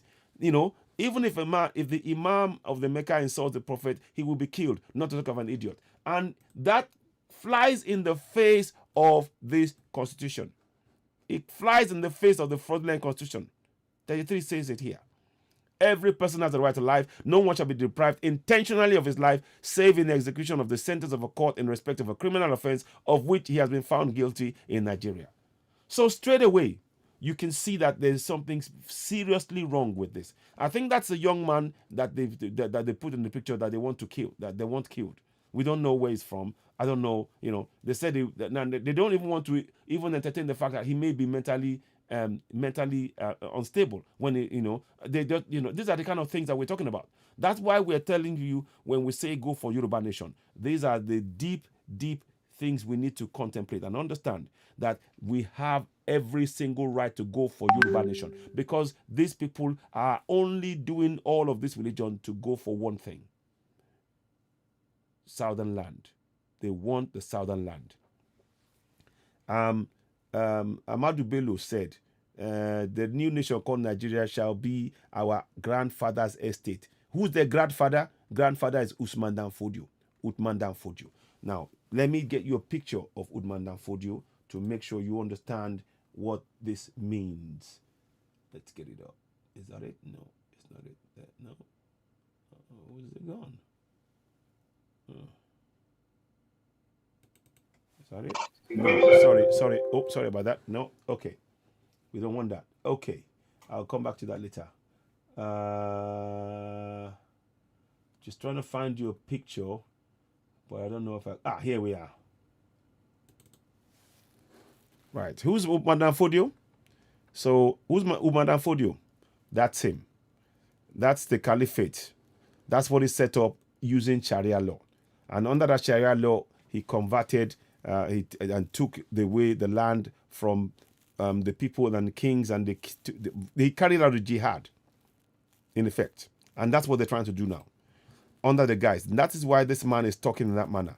I want to play something to you. And when I'm playing it, I will leave this on the side so you can see. I will leave this on the side so you can see the Usman Fodio in the picture. Now listen to this. Listen. Don haka ku yi tsayin ku nan tarbiyyar nan da Shehu Dan Hudu ya yi muku. Right. Stand strong with Dan Fodio. Stand strong with what Dan Fodio taught you. What they meant to say was TAUGHT, taught, as in to be taught something in school, as to for you to be taking down notes when they're teaching you in school, not thought in what is in your mind. Big difference. I hope that makes sense. So that is what it's been, I'm just bringing this to your attention. I'm just bringing this to your attention so you understand. So those of you who are practicing Islam in Yoruba land, this is their plan. This is showing their plan. It's about Dan Fodio. Once they mention Dan Fodio, every single Yoruba man, you need to understand this, every single Yoruba man who is a Muslim practicing Islam, you are an infidel to them. Okay? It's very important to understand that. Once they mention Dan Fodio, which you see in the picture, he is from Fulfude. He's from that Futajalon. That's where they came from. They were guests in Hausa land and they took it over. Once they mentioned Dan Fodio, what Dan Fodio taught them was to grab the land and to see the people who own the land as unbelievers. Very important point to understand for the Fulani, for the Islam people. I have a respect for your religion, but you need to understand that this is the game they are playing. Under the guise of religion, they will take your land. As a Yoruba man, when the time comes, they will wipe you and your family out. And here is why I want you to remember this. The same Fulani man, this is how they treat Lady K. They put her in the same room with men. and they leave her. She had to change clothes in front of them. She's a Yoruba woman. Amoda, I believe she's also Muslim. I believe she's also Muslim. I can't confirm. That name suggests she's Muslim. That's even doubly. That's what I mean. I don't know. I'm going to find out. But and we've spoken a few times. I haven't, Amoda Babatunde. To me, I think it is, but I'm not sure. I don't know. But, the fact is, she's a Yoruba woman. In their so-called religion, you shouldn't put men and women together. But in the DSS that they run to oppress Southerners, they have put her with men. And they won't let go of her. She is being treated badly. She's limping. She's in pain. She's sleeping on a cold, hard floor in a dungeon. That's the point I'm making here. That's the point I'm making. Please make sure you share this broadcast. Make sure people get this. Muslim sister. Thank you. She's a Muslim sister. So, straight away, she's a Muslim sister. And she's treated like that. A Yoruba Muslim. Now, let me go back to the words again. I'm going to take her picture. I'll just hide it for a minute. Look at those words. Stand strong with what Dan Fodio, the man in the picture, taught you. What it taught them was you have to deal with unbelievers. They shouldn't be ruling over you. Even though it's their land, they took over people's land. They carried out jihad against the people in their own land. That's what's coming if we don't wake up and go for Yoruba nation. They are going for a Fulani sultanate. Very important message. Now, let's listen a little bit more. I'm going to play it back. Listen. Mu alhamdulillah kakanninmu mujahiduna ne. Kuma jihad.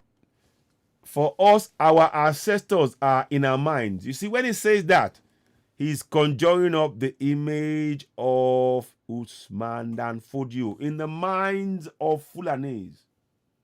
When you as a Yoruba man hear that, you are thinking of Allah. You're thinking of Allah. In their minds, their ancestors, his ancestor is this man.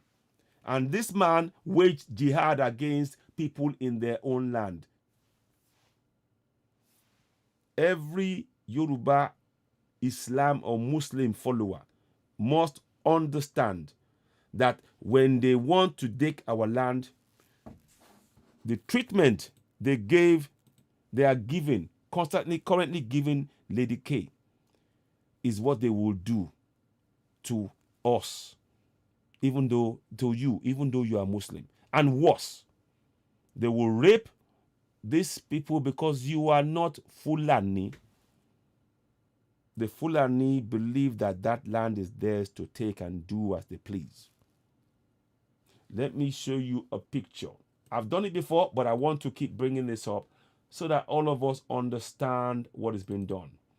I wasn't going to do this before, but sometimes it goes like that. Amadou Bello, let's find a picture. Okay. Now, here you go. Now, I want you to read these words. The new nation called Nigeria should be an estate of our great-grandfather, Uthman Dan Fodio. Who is Uthman Dan Fodio? Let me make our picture smaller, and I'll put this here, because I want you to remember. Who is Uthman Dan Fodio? That is Uthman Dan Fodio. You see? That's the image he's trying to conjure in the minds of the people. You see? The man who's saying this is in 2021. Amadou Bello was in the 60s. Yeah? And the man that they're revering is in 1806. My Muslim brothers in Yoruba land, they are planning a jihad to take over the whole of the South. In fact, not planning, is actually, 350,000 people have died so far this year from Fulani terrorists, Boko Haram, ISWAP, Miyetti killing them all over the south. 350,000. 300,000 have become refugees in another country. 4 million have been displaced in the Middle Belt area and, in fact, all over the country. I'm telling you what is really happening. I hope you can get this message. Now, let's carry on. So, you can see, so it says here, as I said, the new nation called Nigeria should be an estate of our great-grandfather, Uthman Danfodio. And as I told you, he was a guest. He was never part of our land. They came from Futa Jalon. They are not part of the houses.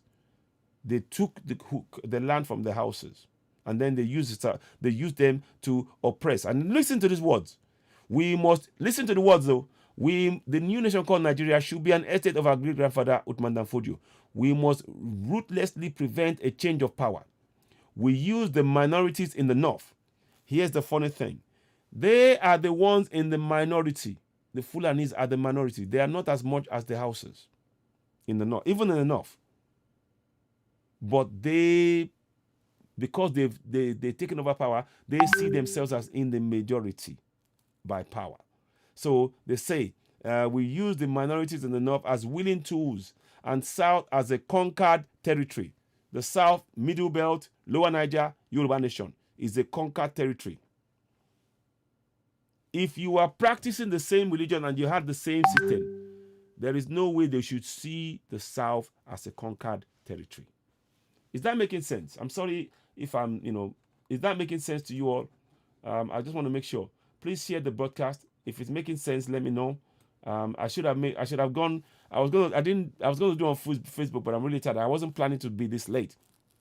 But the thing keeps going, and it's opening up a lot of other things. This is challenging. I'm trying to expose the mindset of the Fulanese. So when you think that they are religious, they are not. They are not religious. They are using religion as a means to an end. The end is to take the southern land. It mentions it there. Conquered territory. You do not view people who are practicing the same religion you as a territory that you're going to conquer. And yet here they're trying to conquer your territory. But they're telling you to believe in one Nigeria. It's all a lie. Now, let's go back again. Let me peel that back. So let's go back to the original one. Now, I'm going to hide this one here. I'll bring that. Let me just, 1 second. No, not that one. What are you doing? Yeah, go, sorry. So I'm going to, no. Okay, yeah, sorry. Sorry about that. Oh my God. Okay, there we are. Yeah, so I'm going to just do this. 1 second. It's not going to let me do it, but I'm going to just drop that down here for a second. Let me drop it here. So now, and then you go back to that video. There. Now, the reason I'm doing this, please do type 1 if it makes sense. If it makes sense what I'm saying so far, please don't let's continue. Now, so here we go. So, you see, a jihad is in their mind. You see, when he talks about the jihad, he's conjuring up this man. He's conjuring up this man as a great leader for the Fulanese that has led them to victory, that has given them that land that they're now simply going to claim by making us slaves in our own land. So that's why I said jihad is in our mind. So can you see where he started from? He started from somebody calling Allah a bad name. And where did they end up? They end up with jihad. Because we are unbelievers and they need to clean the land of unbelievers. Can you see now that it's about the land? Can you see? Those of you watching, can you see? My Muslim brothers, Yoruba brothers, please, can you see it is about the land now? It is purely about the land. And they're using, all those words. He's talking and he's, standing there and he's rousing the people, the Fulanese. But we're not thinking and understanding. This is about understand. We have to understand the mindset of the Fulanese. I'm giving you a window into the mindset of the Fulanis. This is a window into their mindset. And it's something we should share.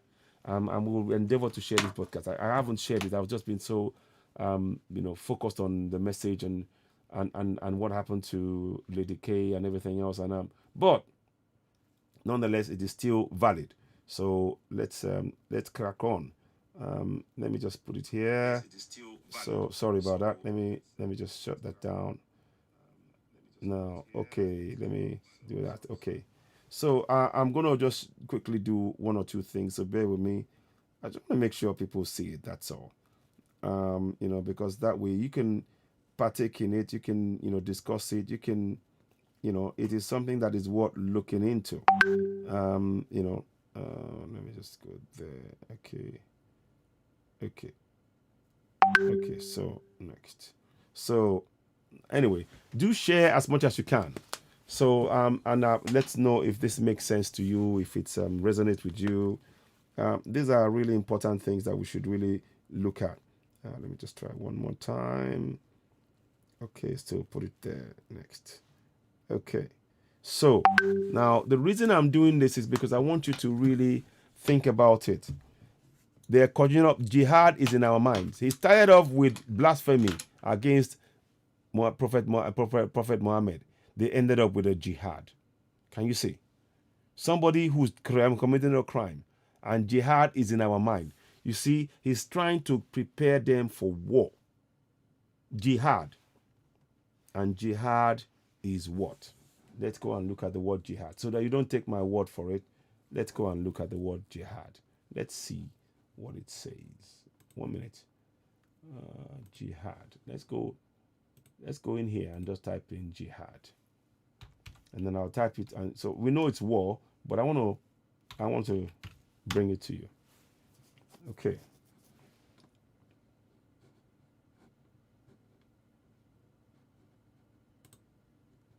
So there are 3 types of jihad from what I'm seeing.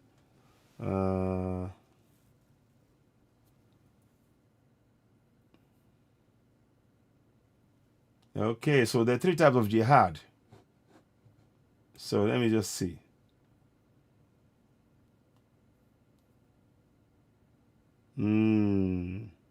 Just trying to see which one is which now.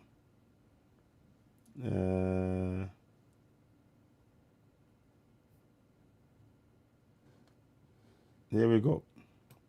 I'm going to bring it here. So I'm just so we understand. So jihad, there are 3 types of jihad. The Quran describes 3 types of jihad struggles. 0 of them mean or permit terrorism. They are jihad against yourself, jihad against Satan, which are called greater jihad. And the jihad against open enemy, known as the lesser jihad. Right. Okay. Now, listen to the words of this guy. That's what it says in the Quran. Yeah? But look at how it's being used here. Look at how it's being used. Let me pull it back again. Here we go. So. They said you shouldn't take the laws into your own hand, but he too was he told to take the crime in his hands? No. See? Yawa. Haji, babu wani hukunci, ba wani tawili da wani zai da ka zagi manzo Allah hukuncin ka kisa. Ko limamin Makka ya zagi manzo Allah hukunci ne kisa. Balle wani dan iskan banza. Don haka ku yi tsayin ku nan tarbiyyar nan da Shehu Dan Hodo yayi muku. Again, I keep reminding you. Can you see they put in Dan Fodio, stand with what he taught you. What he taught them was jihad. He waged the jihad, took over land. Their interpretation of jihad is different from obviously the Islamic one, but it's a jihad nonetheless that they're doing. And listen to the next words. Mu alhamdulillah kakanninmu mujahiduna ne. Listen to the words he used. So you are clear that the jihad he's talking about is a war. He said, for us, our ancestors are fighters. So those of you Yoruba people and, if you're some people who still talk about this, the jihad is different thing. you can see in black and white that this guy is talking about a war in 2021. That's what's coming if we do not go for Yoruba Nation. That's what's coming. That's what's coming if we do not go for Yoruba Nation, Middle Belt Nation, Lower Niger Nation. We must go for it. I hope this makes sense to you. These are things that they've cleverly hidden this. What I'm trying to do is to give us a window to see the mindset of the Fulanis and how they operate. You can talk to them about the constitution all you want. For them, it doesn't apply to them. They believe in only Sharia law. They leave that constitution to control us in the place that they put us. We are like in an open concentration camp in the south, and they are guarding us. They in effect wrote their own. They wrote a new a Quran, a Bible for the infidels. Some kind of like a Bible for the infidels that they will use to control the infidels without the infidels knowing. But they stick to their Sharia law in the north. And now they want to roll it across and take the whole land. So, again, don't take my word for it. The way they treat Lady K is an indication of how they view Southerners. According to their tradition, men and women should not be in the same place, in the same room. The men should be praying in one, another women should be praying together. They should never be seen together in that way. But what happens? They put her in the same room with men in a dungeon, which means they don't care nor respect their own religion. It's a means to an end. It's a means to an end. We need to just understand that it's the mindset that we're trying to get at here. Their focus is the land. The Bible, the Quran is a tool of oppression. The Quran is a means to an end. It's a way to use it to oppress us without us knowing. Oh, look, this is what the Holy Book says. But you can see the three words. Let me bring those words up again so that someone do not think, oh, I'm just saying nonsense. Let's bring the words up again. Let me bring the words he said there. Okay.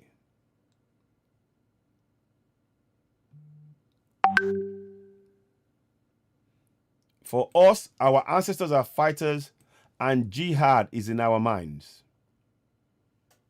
You see? Now, there is no part of this Islam that talks about, it specifically says, zero of them mean or permit terrorism. But what is being said here? Look, let me just show it again. Jihad, 3 types. Quran describes 3 types of jihad struggles. 0 of them mean or permit terrorism. There is the jihad against yourself, the jihad against Satan, which are called the greater jihad, and the jihad against an open enemy known as the lesser jihad. But yet, jihad is in our minds when you go back. Listen. Alhamdulillah, kakanninmu mujahiduna ne. Kuma jihadin yana nan cikin zukatanmu. See, Chikizundum Katamu is in our minds. Okay. If you want to know we are fighters, insult our religion. Can you see that? Again, but Islam, if I remember, it says here, against 0 of them mean or permit terrorism. And what is being done here is terrorism, is it not? Is it not terrorism? Is it not terrorism? Do you agree? Is it not I'm just asking simple questions. What they are doing here is simply sheer terrorism. The same thing practiced by Afghanistan. The Quran itself, as is written, I'm no expert, and you've got interpretation there, does not permit terrorism. But that is exactly what these guys are doing. Now you can see that when you now see that they put Lady K in the same room with men, they don't care one jot about their religion, because if they did, even if they were going to treat somebody, they would treat them in the way their religion says. but they didn't. They don't consider you to be human being. And again, that is not in their religion, but they are doing that. Can you see that religion is a tool, a means to an end to get the land from us? They know that we will comply with the Quran, but they are breaking it. They don't care because they want our land. Very important difference. Very, very important difference. And we need to understand the mindset of the Fulanis and the Hausas. We need to understand it. Talking to them about the Constitution, you're wasting your time. You need to you need to walk out, make them understand that you're on your land. They have no claim. On your land, they have no claim. Period. On your land. Because that is the only message they understand. If you are trying to talk to them about the Constitution, remember I told you, the Constitution is written for us in the South. They practice Sharia law. So when they talk to you, the Constitution says, when they say to us, we must abide by the Constitution, when they say the word we, it's a trick. The we refers to only Southerners complying with that Constitution, not the South, North, not the North. These are clever tools they've put in place. It's all about the mindset. We need to understand that. We need to break it down, unpack it. It's all about the mindset. It's all about the mindset. Thank you, Alagba Fadu Alimi. Thank you. So let me just, I just wanted to I wasn't going to do this tonight, but something, just went a bit further than what I was planned. So I'm going to just, acknowledge that. Thank you. So please continue to share and subscribe. Please support us on OduduwaTVRadio. On Citizen AY as well. I did that swim. I don't know if you saw it. I played the video. I'll see if I can play the video. I did do the swim. I did 3,040 meters, which is equates to 152 laps in the pool. 1 hour, 35 minutes. A record, a Yoruba Nation record. It's never been done by anybody before. And I've got this swimming short here as a proof. I'm not going to wear... I've got the swimming shorts. Let me see if you can see. Let me just show you. I've got the swimming shorts as proof of my competing. You see it's got the flag on it. It's got the flag. It's got the Yoruba flag. Can you see that? Let me see that. It's got the Yoruba flag. You can see that? That's the Yoruba flag on it. Now that for me, we need to, that's a competition. It's a charity event for Yoruba Nation. That belongs, this one from this day on, from the day I finished it, belongs to Yoruba Nation. It belongs to Yoruba Nation. It's no longer mine because I swam for Yoruba Nation to raise funds to assist us. I swam for Yoruba Nation, and this is for Yoruba Nation. It is no longer mine. When we get Yoruba Nation, it should be one of the things that we'll be having as a treasure because we are bringing to life Yoruba Nation by swimming for Yoruba Nation, by doing things for Yoruba Nation. What the young men did to suffer in the jail was to do something for Yoruba Nation. That's what we must think. We have to think in that sense. We have to think about giving of ourselves for Yoruba Nation. So please, whatever you can do to donate to us, donate to the cause. We need to raise funds to raise awareness, to get people to sign petition, and to get people to look at the Constitution, to go to towns and villages, raise the level of awareness, and the market women. All of these things matter. So, like I said, the way they are treating Lady K shows that they are not interested in the religion whatsoever. They are only interested in Southern land. And you have so much evidence that many of us have ignored. Sorry. We have ignored the evidence that is staring us in the face. Like I said, the man is talking about Uthman Danfodio, which is here. And this man says that Uthman Danfodio is his great-grandfather. And he uses that for all of the Fulanis. He's their great-grandfather.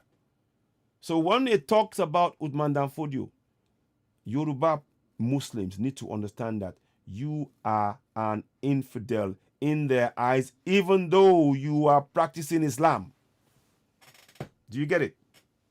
In their eyes, you are infidel. They won't tell you. You are infidel to them because you are not Fulani. It's important we understand all of these things. And the evidence, of course, is she is a Islamic woman. Somebody on this show just told us, and you're welcome, sir, Alagbadikunle, that Amoda Babatunde, that she is Muslim. And yet, the very thing you do not do in Islam, whereby you put men and women in the same room, that's the first thing they did to her, to break her. That's how they view every single Yoruba woman, every single middle belt and every single lower Niger. We need to have a thing. That's the mindset of the Fulani. That's the mindset of the Fulani. And I'll be doing more shows about this. I'll share this on Facebook as well later on. But I wanted to just bring this here. You are one of the few who are getting the very important information. We don't need many people to watch. We just need the very few who are committed to get this message out there. So when you go and I want my Muslim brothers, please, I do not hate any religion. You can practice it. But what I'm saying is the way this religion is being used, and it's a pretense, their goal is our land. We need to understand that. Their goal has always been our land. That's it. The religion is a means to an end. It's a means to an end. Once they use it to confuse you and everything else, and you are in it and you're following the religion, they go for your land.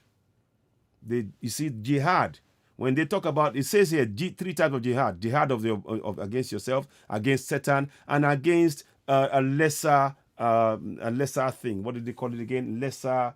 Let me just check that again. So it says here. So let's just do that so you can see.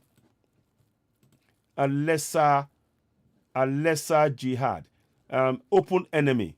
Against an open enemy. A lesser jihad. And it says here, to remind you again, it says here, jihad, 0 of them mean or permit terrorism. 0. And yet, these people, these Fulani guys in 2021 are talking about a jihad in a fighter's term, in a time of war. Okay, don't take my word for it. Let's put this here. I'll bring that back as well. I'll bring it back, but I'm just showing you what we're looking at so we understand. So, it says if you want to know we are fighters, insult our religion. So that's jihad. And it talks about it themselves. Don't think my word for it. Here we go.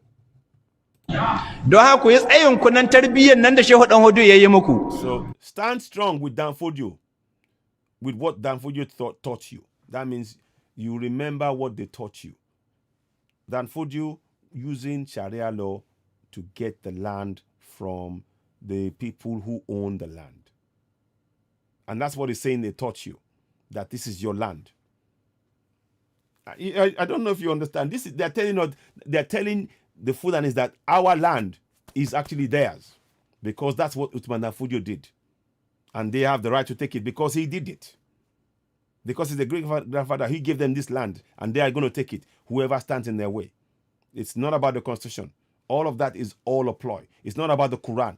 All of it is about your land, taking it from you. Listen on. Mu alhamdulillah kakanninmu mujahiduna. You see, for us, our ancestors are fighters. Kuma jihadin yana nan cikin zukatanmu. And jihad is in our mind. Kuma jihadi chicken kumu is in zatamu. So it is in their hearts. Jihad of the fight. So you can see that they have made a completely different interpretation to jihad among their own people. To a Yoruba man, they talk about jihad. Oh, read the book. The book says that. But to a Fulani man, the jihad we're talking about, listen, children, and they teach their children. Here's one more thing I want you to know. They teach their children this type of jihad from the time that they are born. Yes. From the time that they are born. Many of us Yorubas, we come into Islam when we've grown up a little bit and we read the books. They start teaching them about jihad, the particular type of Utmandan Fodio jihad, the killing type of jihad. They talk about, they talk about Utmandan Fodio. You see, what is done? Jihad in our minds. When he talks about it, go back again. He's conjuring an image of Utmandan Fodio, the young man. They're doing it. It's in the open. Look at the words. Stand strong with Utmandan Fodio, with what Utmandan Fodio taught you. So he's conjuring up the image. Then he goes further. Then he says, Mu alhamdulillah kakanninmu mujahiduna ne. So, and of course, Utmandan Fodio is their ancestor. Can you see what they're doing? So stand strong with our ancestors. And our ancestors are fighters, which means that they are also fighters. Do you see what I'm doing? You see what is happening? This is the mindset we need to understand perfectly. Particularly the Muslim Yorubas. You need to understand that they are playing the game.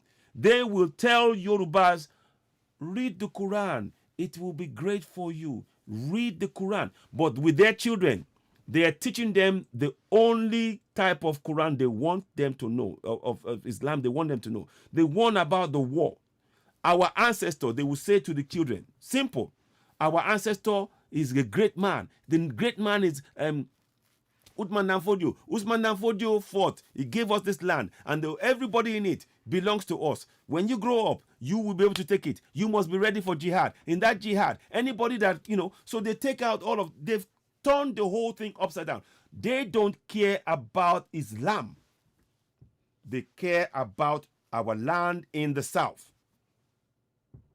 That's what it's all. It's all about the land. It is all about the land. We need to understand that. That's their mindset.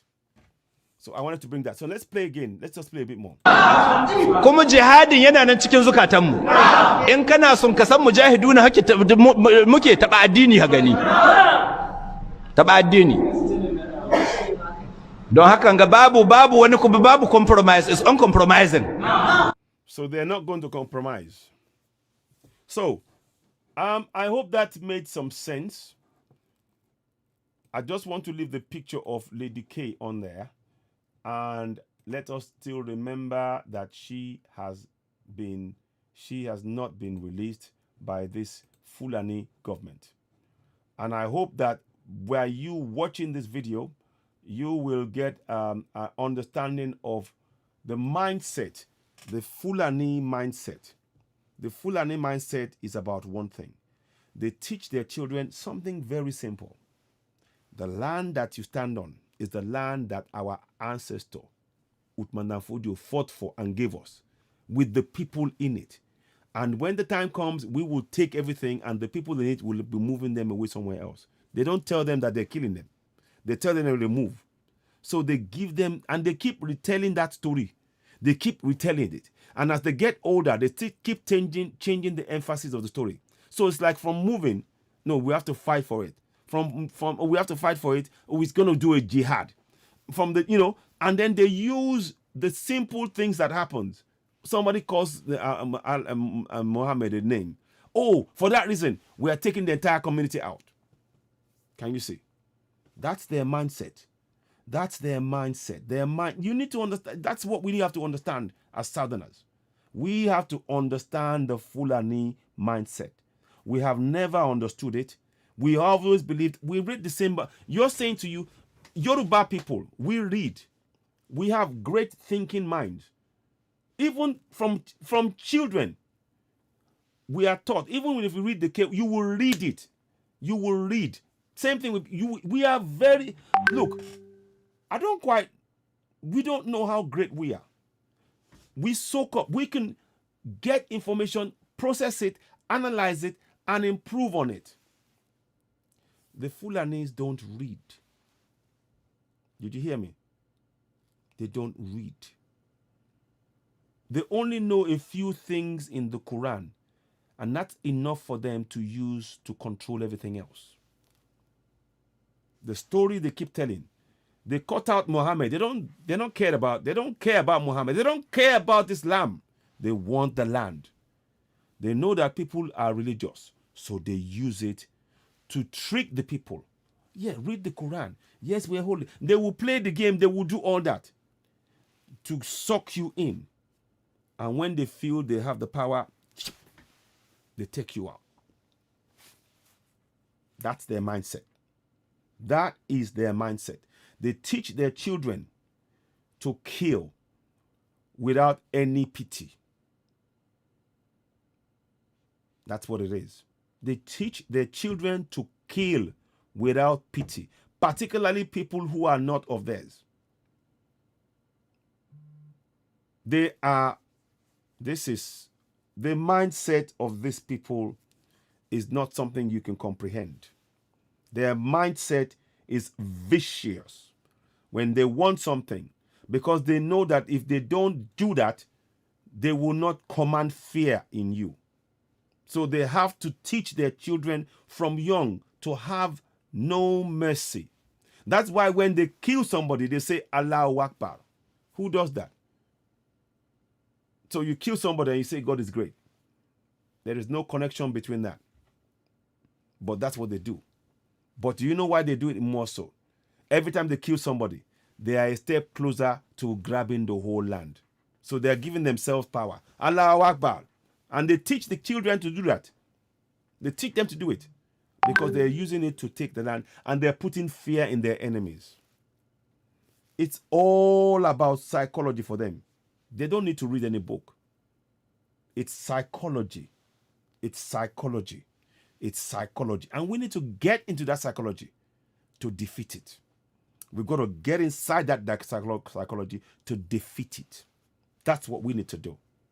That's what, collectively, not one person. No, don't wait for Citizen AY to come and do it. No.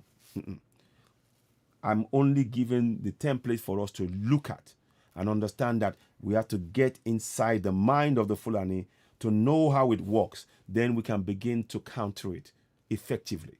In fact, categorically, we can do it.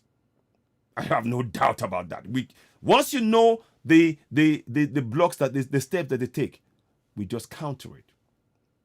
We counter it. One of the key things we must do is make sure people are aware. And that's why when I talk about raising the awareness of our right to the land, once people are aware that this is our land, we have the right for it, you're giving them confidence. Then the next step now is to gather themselves and defend themselves. And when they do, I'm not going to hide it. I've said it before. That's key in the other video. Watch the other video. I want you to go and watch the other video. You need to watch it. If you don't watch it, you won't, there are things you will miss if I say this particular key point. But go and watch the other video. Understanding the mindset of the Fulanis and how to halt the Fulanization of the South. Go and watch the video. It's on Facebook. It's on YouTube. Go watch it. Go watch it. You will learn a few things in there. I don't know it all. But on this particular issue, what I'm talking about here, the mindset of the Fulani, it is critical we understand that. Don't wave a book in front of them. They don't read. They don't read. They don't read. Their mindset is to follow the visual power of that they've created of Usman Dan Fodio. They've created a visual, and they talk about ancestors. Can you see the way they're going? And that is something that the kids and adults can relate to. They keep it simple, but they give them this viciousness in dealing with and killing without pity. This is something that they've taught them from young. They've taught the children from young. No, if you're not Fulani, if you're not Hausa, and even some Hausas, the people, when you're around, deal with them decisively. In their language. All of this is said to them in their language. You won't hear it in English. That's why I'm telling you, they don't read. They don't. They don't need to read. They use the image of Usman Dan Fodio to conjure, to bring the people to feel great in themselves. And you know why they do that? That's all they have. They haven't got the land. So they use that kind of imagery to try and acquire more land, and acquire more land, and acquire more land. And if we don't wake up in Yoruba land, and we're waking up, and Biafra, or Northern Niger as it's called, and Middle Belt, that's what will happen. So it's important that our Yoruba and Biafra, those of you who are in converts, let me say that again. They are taught that special brand of Islam that is unique to them, because it is about taking your land. But whilst they're doing that, they will never teach a Yoruba person about that special brand of Islam that they practice. Can you see there's a big difference? Can you see there's a subtle difference? You're looking at the Quran and you're looking at the Fulani and you believe this one and the same thing that you're practicing. No. Mindset.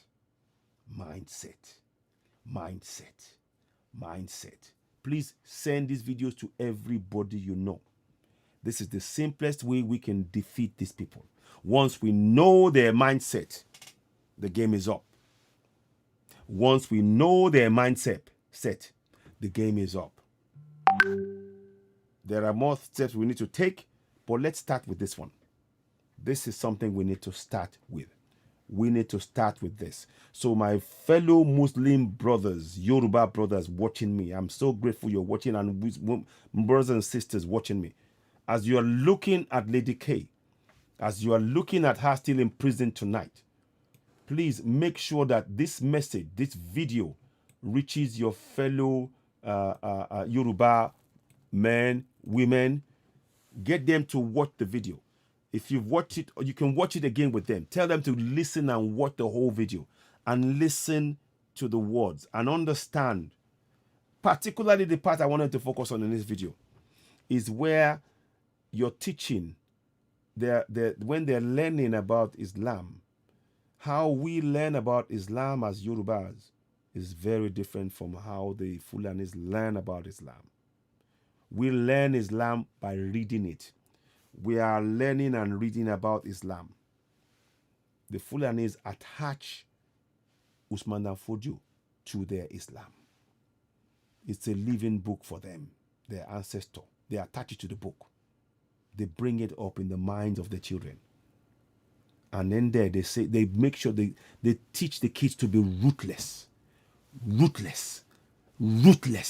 I mean, they teach their children to be ruthless because they don't have land. The only thing they have is that idea to use it to take land. That's the mindset of the Fulanis. That's their mindset. Once we understand that, so whilst you are reading the book as a Yoruba man and you are teaching the K.O. to the kids and they're going through and they're reading the Quran, what they are teaching their children is how to make you subservient enough for them to kill. That is it. They are making you willing slaves that they can kill at any moment, because they're teaching their children to be vicious, to be absolutely vicious in taking the land, because they will need them to take that. That is why they are ruthless when they go in and they cut their heart. That's why they can cut out a pregnant woman's stomach, because that's what they've been teaching them since they were young. Can you see the difference between the kind of Islam that we're talking about? The Fulani Islam focuses on Usman Dan Fodio being a jihad, and they changed the meaning of jihad. Jihad is to wage a war in their eyes. In the book you just saw, jihad is the one of the against yourself, against the mind, and the lesser one. And what's the lesser one? I keep forgetting that. What's that lesser? Let me just refresh my mind. This is very important information that I think you should all share. Let me just bring that up. I have it somewhere. 1 minute, please. I'll find it. Sorry, I don't know what happened there. Okay, I'm going to bring that back. So, okay, never mind. I'll just put it here. Okay, did I leave? Oh, I know what it is here. 1 second, please. Let me just do that. I don't know where it is anymore. It doesn't matter. I'm going to just leave this here. But there's a lesser Hajj. And I think it talks about, open enemy. Yes, that's it. Open enemy. So you have the the jihad against yourself, jihad against Satan, and then jihad against an open enemy. An open enemy. And then it says nowhere does it talk about jihad as to mean terrorism, or waging a war. But you can see the way the Fulanis, what they've done is the jihad, that the special brand of jihad that Uthman Danfodio practice is what they are practicing. So you will never see a Fulani man talk to a Yoruba man about Uthman Danfodio in such terms that they would do with a Fulani man. Never. Because that is the trade secret. That is their survival. They will never give their survival system to a foreigner. Never. They will, quote me, they will never give their secret to a foreigner. And the Yoruba man who is reading the Quran, who knows the book, to them is an infidel. Even though he's practicing Islam. He's an infidel because he's not a Fulani. Not because he's Muslim. He's a Yoruba man. Not because he's not how can I put it now? Not because he's not Muslim. He's not this. How can I'm trying to explain it in a way. Does it make sense? Not because he's not Muslim enough, if you like, but because the type of Islam they're practicing is the one where they're going to take the land from the Yoruba man. So he will always be an infidel. But they're not going to tell the Yoruba man that. He will not tell the Yoruba man that he's an infidel, particularly when he's practicing. They will make them believe that they're practicing the same religion. And that's where the trick is. That is the takia. Go and look at something called takia. They have something called takia. It's a move whereby to beat their own opponents, they will agree with them to lower, so with the opponents. Yes, whatever you want. Yeah, let's do that. To lower their guards, and then they'll strike. Deadly strike, whereby there's no return for the opponent. Takia. Taqqiyya. Go look it up. In fact, let me do something. I wasn't going to do this late. I should be sleeping now, but I wasn't going to do this late. But you guys keep, the interest is there. I can see that, and I'm trying to give as much information. So let's do this. So let me just type in Takia, and I'll bring it up. Taqqiyya. Takia. No. Yeah. Takia. Takia. Yeah. So search in Google. It means yeah, here we go. So you will hear that in their talk. It's Takia. Is in Islam, Takia is a precautionary dissimulation or denial of religious belief and practice in the face of persecution. Can you see that? So they will play at it as though they're not really that strong in their religion. Oh, they try, and that will bring people over. They make you drop your guard. Takia. Remember that. Remember that word. So that's it. So we need to look at how we address the mindset that we are taking to the Fulanis. The mindset is critical. We need to understand that. Islam is what you are both practicing as Yoruba and Fulani, but the Fulani are practicing the Uthman Danfodio type that they will never. They don't write it down. They don't write it down. It's passed from mouth to mouth. Child, mother to child, father to child, like that. They pass it down. They will talk about Uthman Danfodio. They will put the picture. Then they will start talking about jihad in their own terms. Whilst they are letting the Yorubas believe in the jihad as stated in the proper book. Can you see? You think you are doing the same religion. It's not the same at all. It's got different aims, different ends. They're going somewhere with that.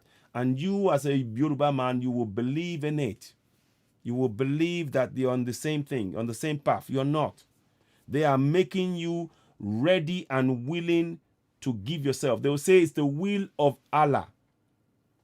When they say that to you, it's the will of Allah. It's Allah's will. Yorubas will take that on and say, yeah, if Allah says that is it, that is it. But with their people, it's their will. That's why they talk about jihad, about people who fight. How many Yoruba people go out and kill people for calling somebody name? How many Yoruba, even as Muslims? How many? But with them, it's an opportunity to take land. It's an opportunity to land grab. They will never teach a Yoruba man what I'm telling you now. But I've been able to deduce and work this out. And I have one or two, ideas, but I'm not going to go into. I've done a little bit of research, and that's brought this up. And we've understood, and I've studied. Because what I've realized is that our people have been trying to talk to the Fulanis. They're not great talkers. They're not. They can mimic. They can, they can phrase. But intellectually, very few. I don't mean to be facetious but in the normal way of thinking generally, because it's not what their survival tactics, their survival depends on them being vicious in their own mind. Their survival as a race depends on them being vicious to other people, to take land, to wage this thing, just to, in their own mindset. And that is something very hard to get into. Because you are trying to look at them in the same way as you would look at a Southerner. If you're talking to an Igbo man, you know that you talk about it, and even if you don't understand language, when you talk, you can make a sense of what they're saying. If you talk to to Middle Belt, the same thing. But when it comes to the Fulanis, their mindset is to take land. Use any means. Use the cow. Use the Bible. Use trickery. Use takia. Use anything by any means necessary. You take the land. So Yorubas need to understand that the brand of Islam that they are being taught is lowering their guard for the Fulanis to dominate them. Simple fact. Simple, pure and simple. They keep this simple. They literally keep it simple. I kid you not. We try and complicate it. No, let's do it like this. No, let's do. Because when you're talking to a Yoruba man and another Yoruba man, two arguments. Listen to a Yoruba man talking to another one. No, we can do it like this. No, I've got this idea. The Fulani are instructive every step of the way. Utmandan Fodio, that's our leader. Every single household, rearing the cows in the wherever they stay, in the kings and all of that they have, that same story is told. For 200 years, that story has not changed. We Yorubas, we read the Quran.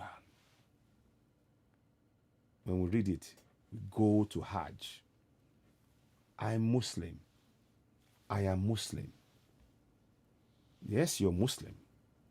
But the type of Muslim they are making you is the one that's weak enough for them to dominate. They go to Hajj if they want to, but many of them don't. The first important story. If you look at the people going to Hajj, they are the ones who are at the top. And then they use that even as a cover. Because you think, we're all the same. But the paths are different. Yorubas, read the book and imbibe Quran. Fulani, talk about Utmandan Fodio from the time the child are young. They raise them to be ruthless. They raise them to know that the land belongs to them.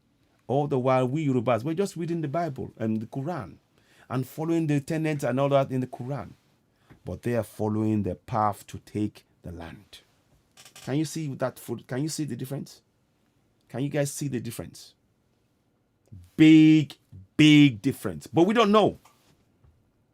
And we think we're clever. About that. We may want to have a rethink about that one. I'm sorry I'm saying it like this, but we need to look at this. Their mindset.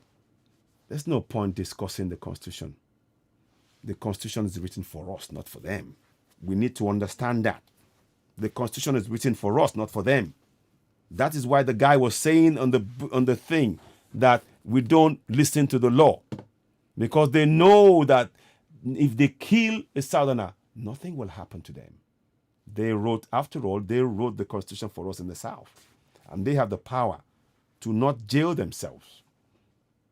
That's the real power. Yeah. They call Southerners honey. They don't call it, okay, Otegbeye Raphael. Okay, that's something there. But that is still, they might be changing tack. But that is, again, that's the thing. They are very subtle in what they do. So it may well be the case, but I'm telling you that the psychology, the understanding, the mindset of the Fulanis is that they keep it simple, which is really the important bit. Keeping it simple means that they can stick to their aim. They keep it simple. They stick to their goal. That goal is to take the land. By keeping it simple, they can make subtle changes to things and they still go in the same direction. You get it? And that's what all they're doing. You said they're calling honey now. So everybody, then they start spreading that word. Oh, honey. And all that. So, honey, whatever. They call the Southerners honey. Again, it's to remind themselves that they are the ones who are, and they like name calling. They're in control. They're in control when they can name. That's why we need to change all of the names of all the important places across the Atlantic. Amadou Bello Way, Tafa Balewa Square, all of that. We need to take it away. That's all psychologically programming us to accept that they are our leaders, that they are the ones to whom the land belongs, that they will dip the Quran in the sea. Yeah. They will dip the Quran in the sea if we don't wake up. So, this guy here you see, it's very important to understand the things, the levers that are being pushed here. Let me just get this back here. How did I do that before? Sorry, let me just do this. I want to just check something. Okay, all right. I'll leave it there for now. So I just wanted you all to see what we're faced with. I wanted you to be able to understand the levers, the type of levers being pushed, so that you know what is being done and by whom and how and all of that. It's very, very important we begin to really process, and understand, that this kind of person here, that is their go-to man, their story. If you take away Uthman Dan Fodio from the story, if you take it away from them, what do they have? If you take Uthman Dan Fodio out of their story, what do they have? What do they have? Interesting, that, isn't it? If you take it out of their story. That's why it's important we make sure the steps like understanding that Uthman Dan Fodio and the family came from the Futa Jalon. It's in the books. He wasn't always from there. The Hausas hosted them. They took the land. It's nothing to do with Islam. It's about the land. It's nothing to do with Islam. It's about the land. When they're talking about Islam to Yorubas, they talk about Allah. They talk about Muhammad. That's where they want them to look at. But when they're talking to their own people, they talk to them about Usman Dan Fodio and how he gave them that land. Same Islam, different emphasis. Same Islam, different emphasis. So let me just put things there. Gosh, I need to really go, and I wasn't going to do this. For this, it's almost 1 o'clock. So I'm not, but I'm keen to sort of make sure that we can build this platform. Please, we need your help. The type of information that we're providing for you here is not something you will find anywhere else. We will share it on YouTube and on Facebook, but we need you to help make this go viral because we are at a very critical point. And often, sometimes you need to go smaller to go bigger. I don't know if that makes any sense. You have to go smaller, concentrate the message, and then boom, have a bigger impact. That's what we're trying to do tonight. I hope you can join us in that journey. I hope you can help us spread that message. It's really, really, really important. The information that you're hearing tonight are things you will not hear anywhere else. There are things and analysis that we're giving that you will not see anywhere else because we've taken the time to look at it. This is about saving Yoruba people in Yoruba land, Lower Niger people in Lower Niger, Middle Belt. The killings going on is, like I said, 350,000 people killed so far this year. 300,000 are refugees. 4 million are displaced inside contractual Nigeria. So we have a lot of work to do.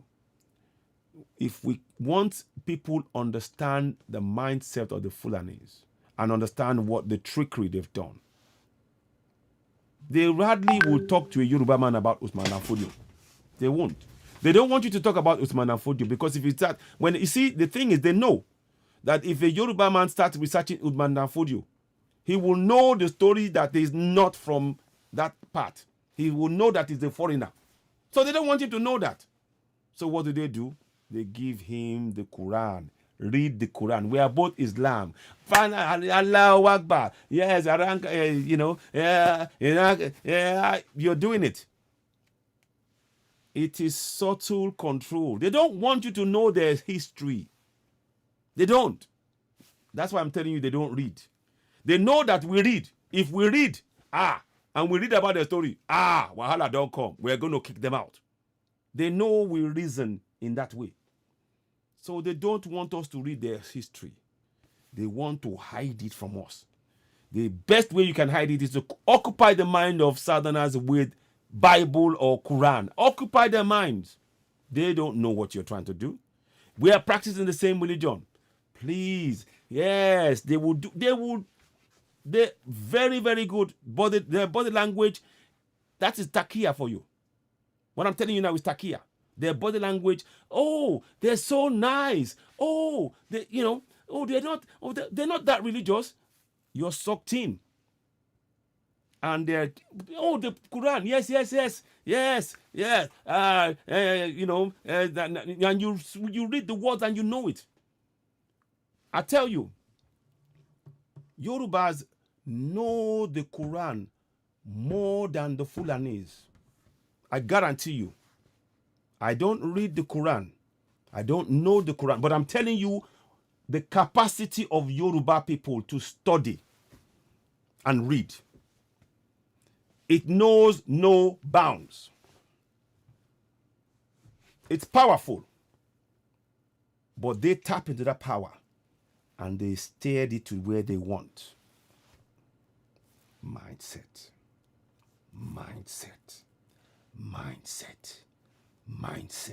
My Yoruba Muslim brothers, look at it again.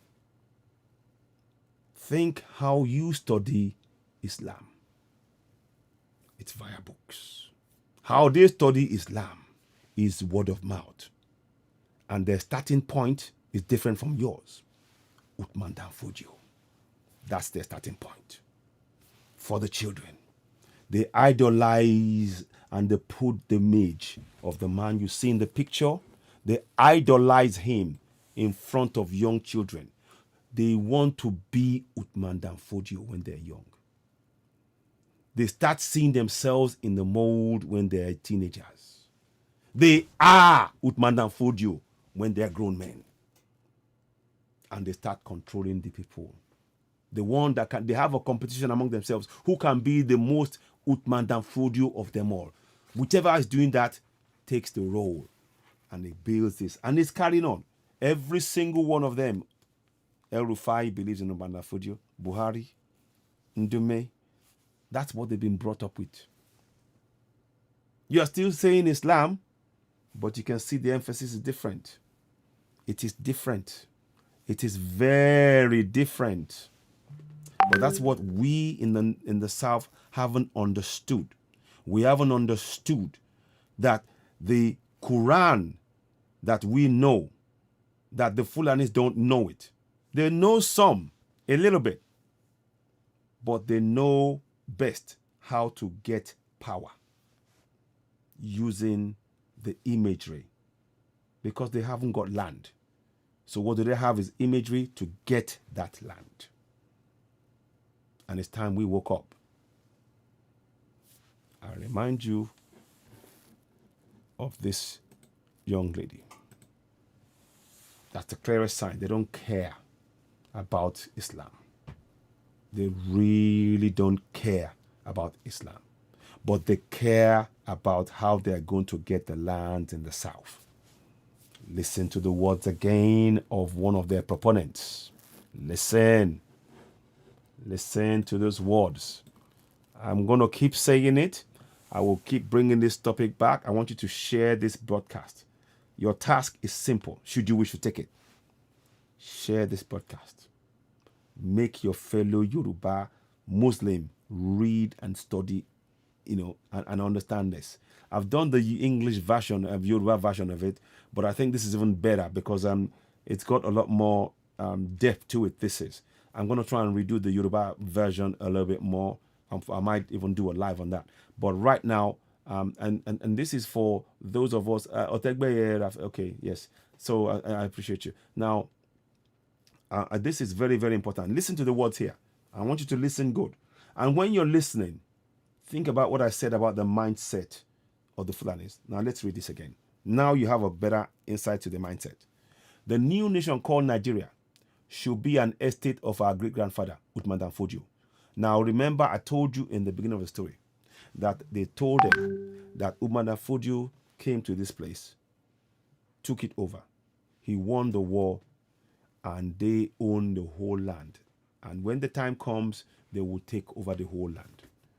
So Ahmadu Bello goes one step further. He says he's a great-grandson of Utmandan Fodio, which they say he is. I don't know or not. It doesn't matter. But there's a story that's told. It may well be true. I don't know. Now he says that it's an estate of the grandfather. Is it not the same thing? They won the war. The land belongs to them. It belongs to them. It's an estate. See, the story is still the same thing, isn't it? It's simple, but it fits into the narrative. That's what we need to understand. It's simple, but it fits into the narrative. Now, the next thing, he says, we must ruthlessly prevent a change of power.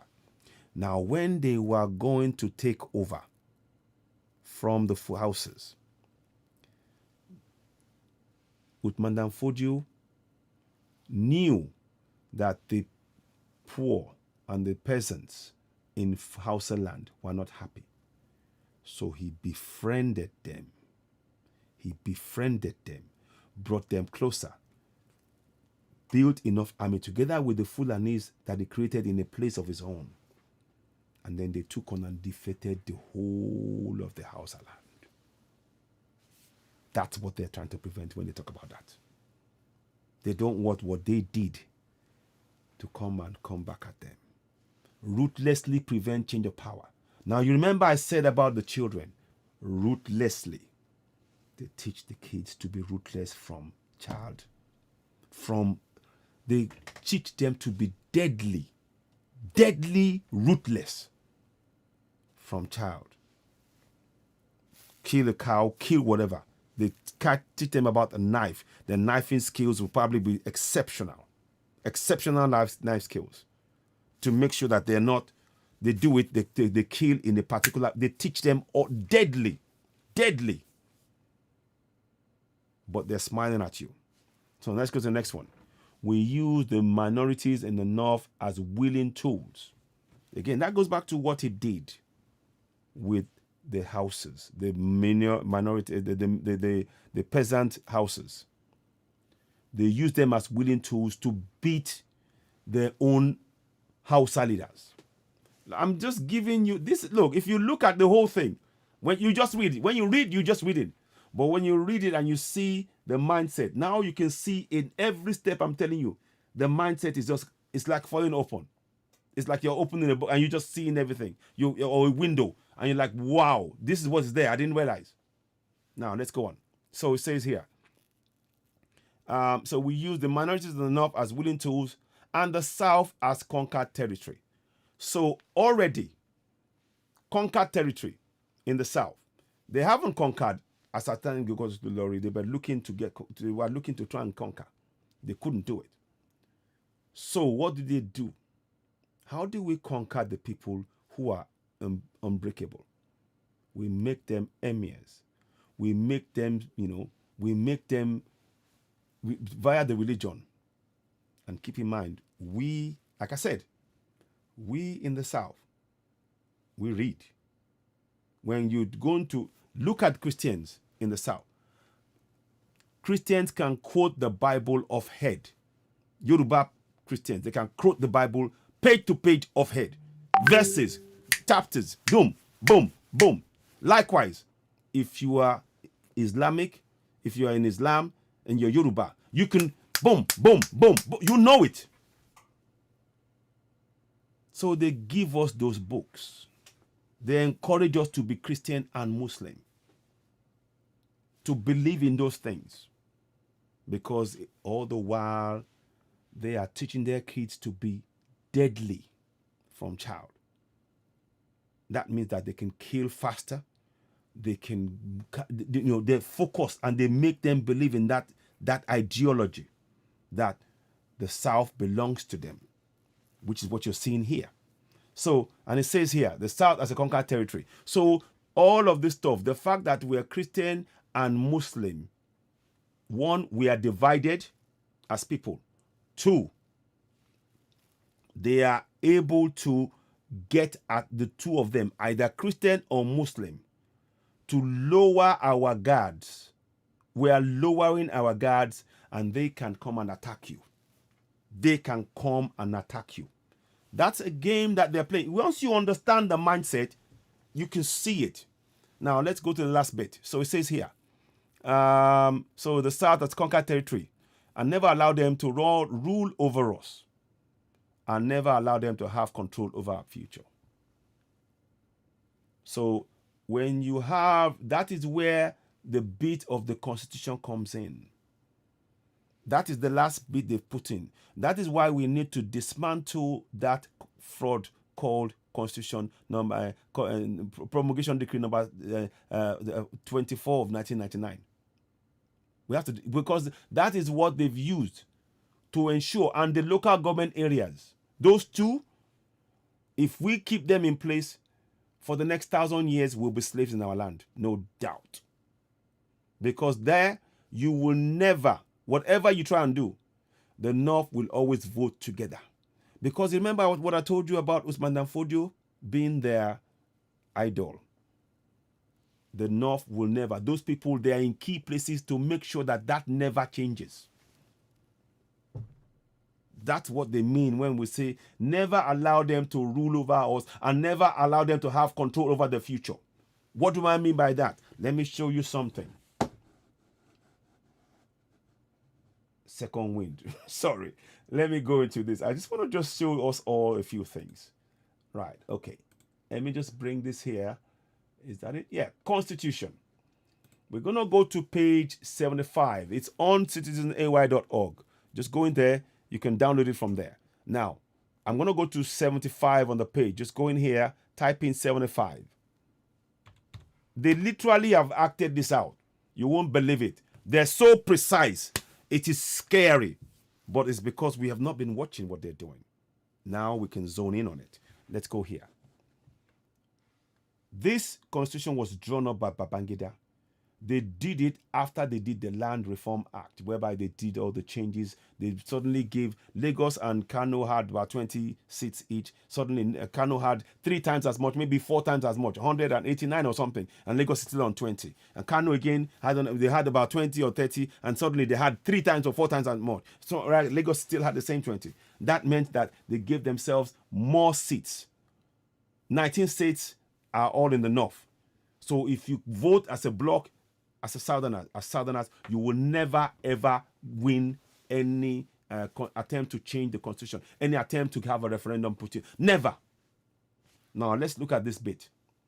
Remember I said about, let me read you the last bit here. It says here, never allow them to have control over their future. Now, if you're going to have control over your future, you will need a few things. You will have unfettered access to your assets. What are the assets we have? Let's go into it. Section 39. Okay, I'm just going to give you a few things. Minerals, mines, including oil fields, mining, geological surveys, natural gas. And it is where? On the exclusive list. Now, who controls the exclusive list? Do you remember the local government areas I was talking about before? It gave them power to have more seats, which means that they control everything. So when they say federal government, who is the federal government? The Fulanis. Ah! Bingo! You got it. Bingo! You've got it. That is exactly where we are. Ladies and gentlemen, I do believe the lesson tonight is done. We're going to stop there. I want you to take that in. Let it sink in. Do your level best with what I've told you now to share it. Share this broadcast to every Southerner you know. Our future depends on the group of you that are here tonight to build Yoruba Nation, Lower Niger, Middle Belt, to secure it, to go for self-determination. Because I am telling you, the information I've given you tonight is crystal clear. You can see the link from the idea, the link from the obscure idea that is hidden, has been hidden before about Uthman Dan Fodio. People just think, oh, Uthman, they're just talking Uthman Dan Fodio. Ahmadu Bello Way, for example, the last road on the Atlantic is called Ahmadu Bello Way. Where is it? In the south.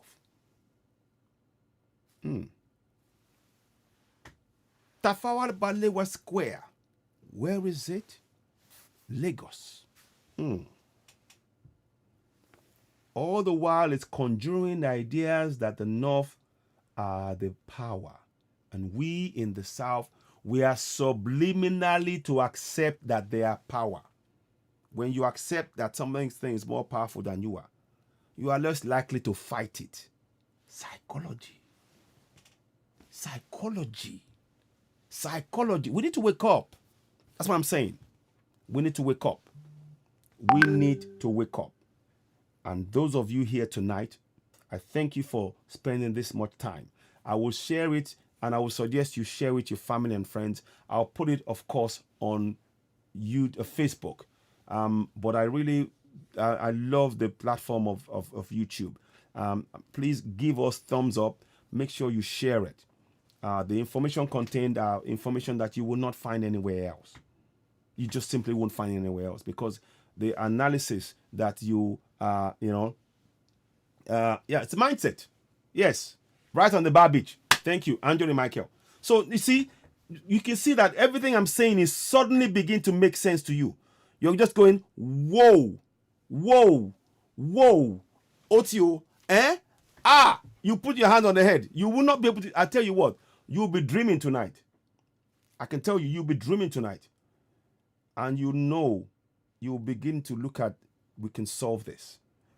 Don't ever underestimate the power that we have in the South to free ourselves from this bondage. Don't. But first, we need to know what we're looking at. When we don't know what we're looking at, we can't fight it. Now we know, we can tackle it. And that's the idea. Because that's how our mind works. In the South, our mind works with solving a problem. We look at it, we study it, we assimilate, and we solve it. But when it's hidden from you, you don't know there's a problem.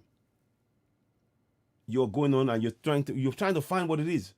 The problem has been hidden from us in the way that we were approached. Now we are able to tackle this problem because we now understand the mindset of the Fulanis. And what we should just do is tell each and every one of us, go and share it. Share. The more people know this, the more people know this, the more they know it. And I'm telling you, I mean no disrespect to your religion, but the Fulanis, they allowed it to flourish in key areas. Look in the north. Who are they killing first in the north? The Christians. You know why? The Christians are forgiven. Are the Fulanis forgiven? They are vicious.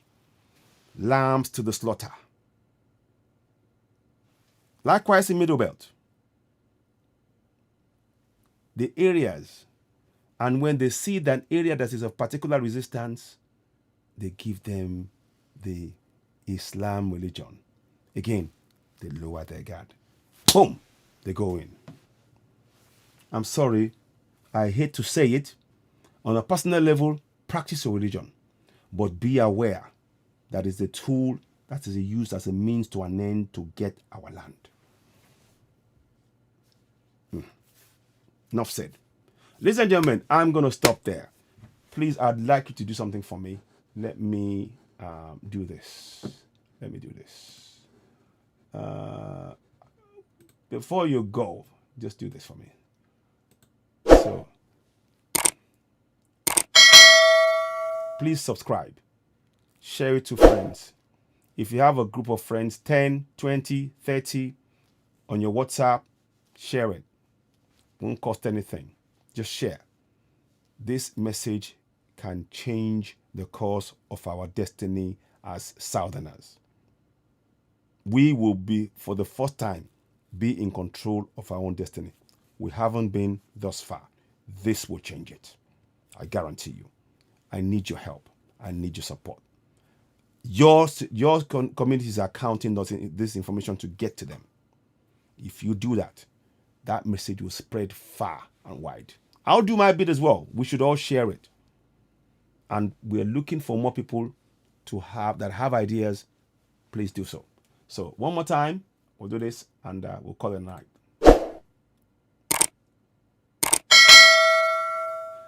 Ladies and gentlemen, it's been a pleasure. I thank you all. You guys are you stayed with me this long. I'm so grateful. Please ensure this video reaches many, many people. I will do the same. I'm going to put it on YouTube. I'll put it on Facebook. I'll put it everywhere. Send the links around because the information, the mindset, there's 2 sets of videos. The first one is understanding the mindset of the Fulani and how to hold the Fulanization of the South. This now is about really initially celebrating the freeing of the 8, but then when we then look closely at how Lady K is being twisted, we now begin to understand again further a slightly different aspect, although still the same thing, about the Fulani mindset. And we went into detail, a lot of great detail that's not even on the first one. You need to watch both videos because that way you will get a clear understanding. It's like somebody just opened the light, boom, we start taking the action we need to take. Ladies and gentlemen, it's been a pleasure. Let me play out by playing the Yoruba national anthem.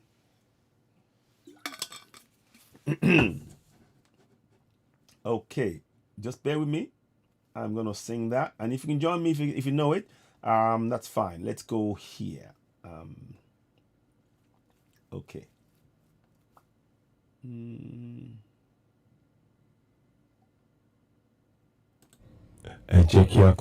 Thank you. Good night.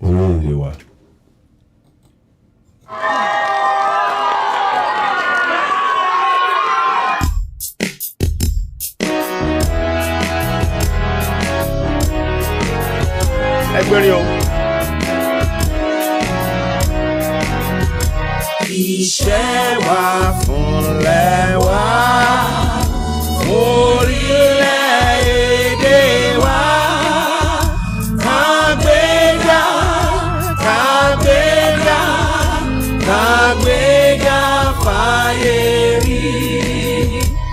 Ìgbàgbọ́ wa ni pé láti bẹ̀rù làbọ̀ mọ́. Ká ṣiṣẹ́, ká ṣiṣẹ́, ká ṣiṣẹ́ kájọlá. Ìṣọ̀kan àtòmìnira ni ẹ jẹ́ ká máa lépa. Tẹ̀síwájú fọ́pọ̀ ire àtòhun tó dára. Ọmọ Oòduà dìde, bọ́ sípò ẹ̀tọ́ rẹ. Ìwọ ni ìmọ́lẹ̀ ògo adúláwọ̀. thank you all very much. Have a pleasant evening. Please continue to spread the word. We do appreciate you all. Thank you and good night. Just one more thing before we go. Would appreciate that. Oh, don't know what happened there. Sorry. Doesn't. Oh, sorry.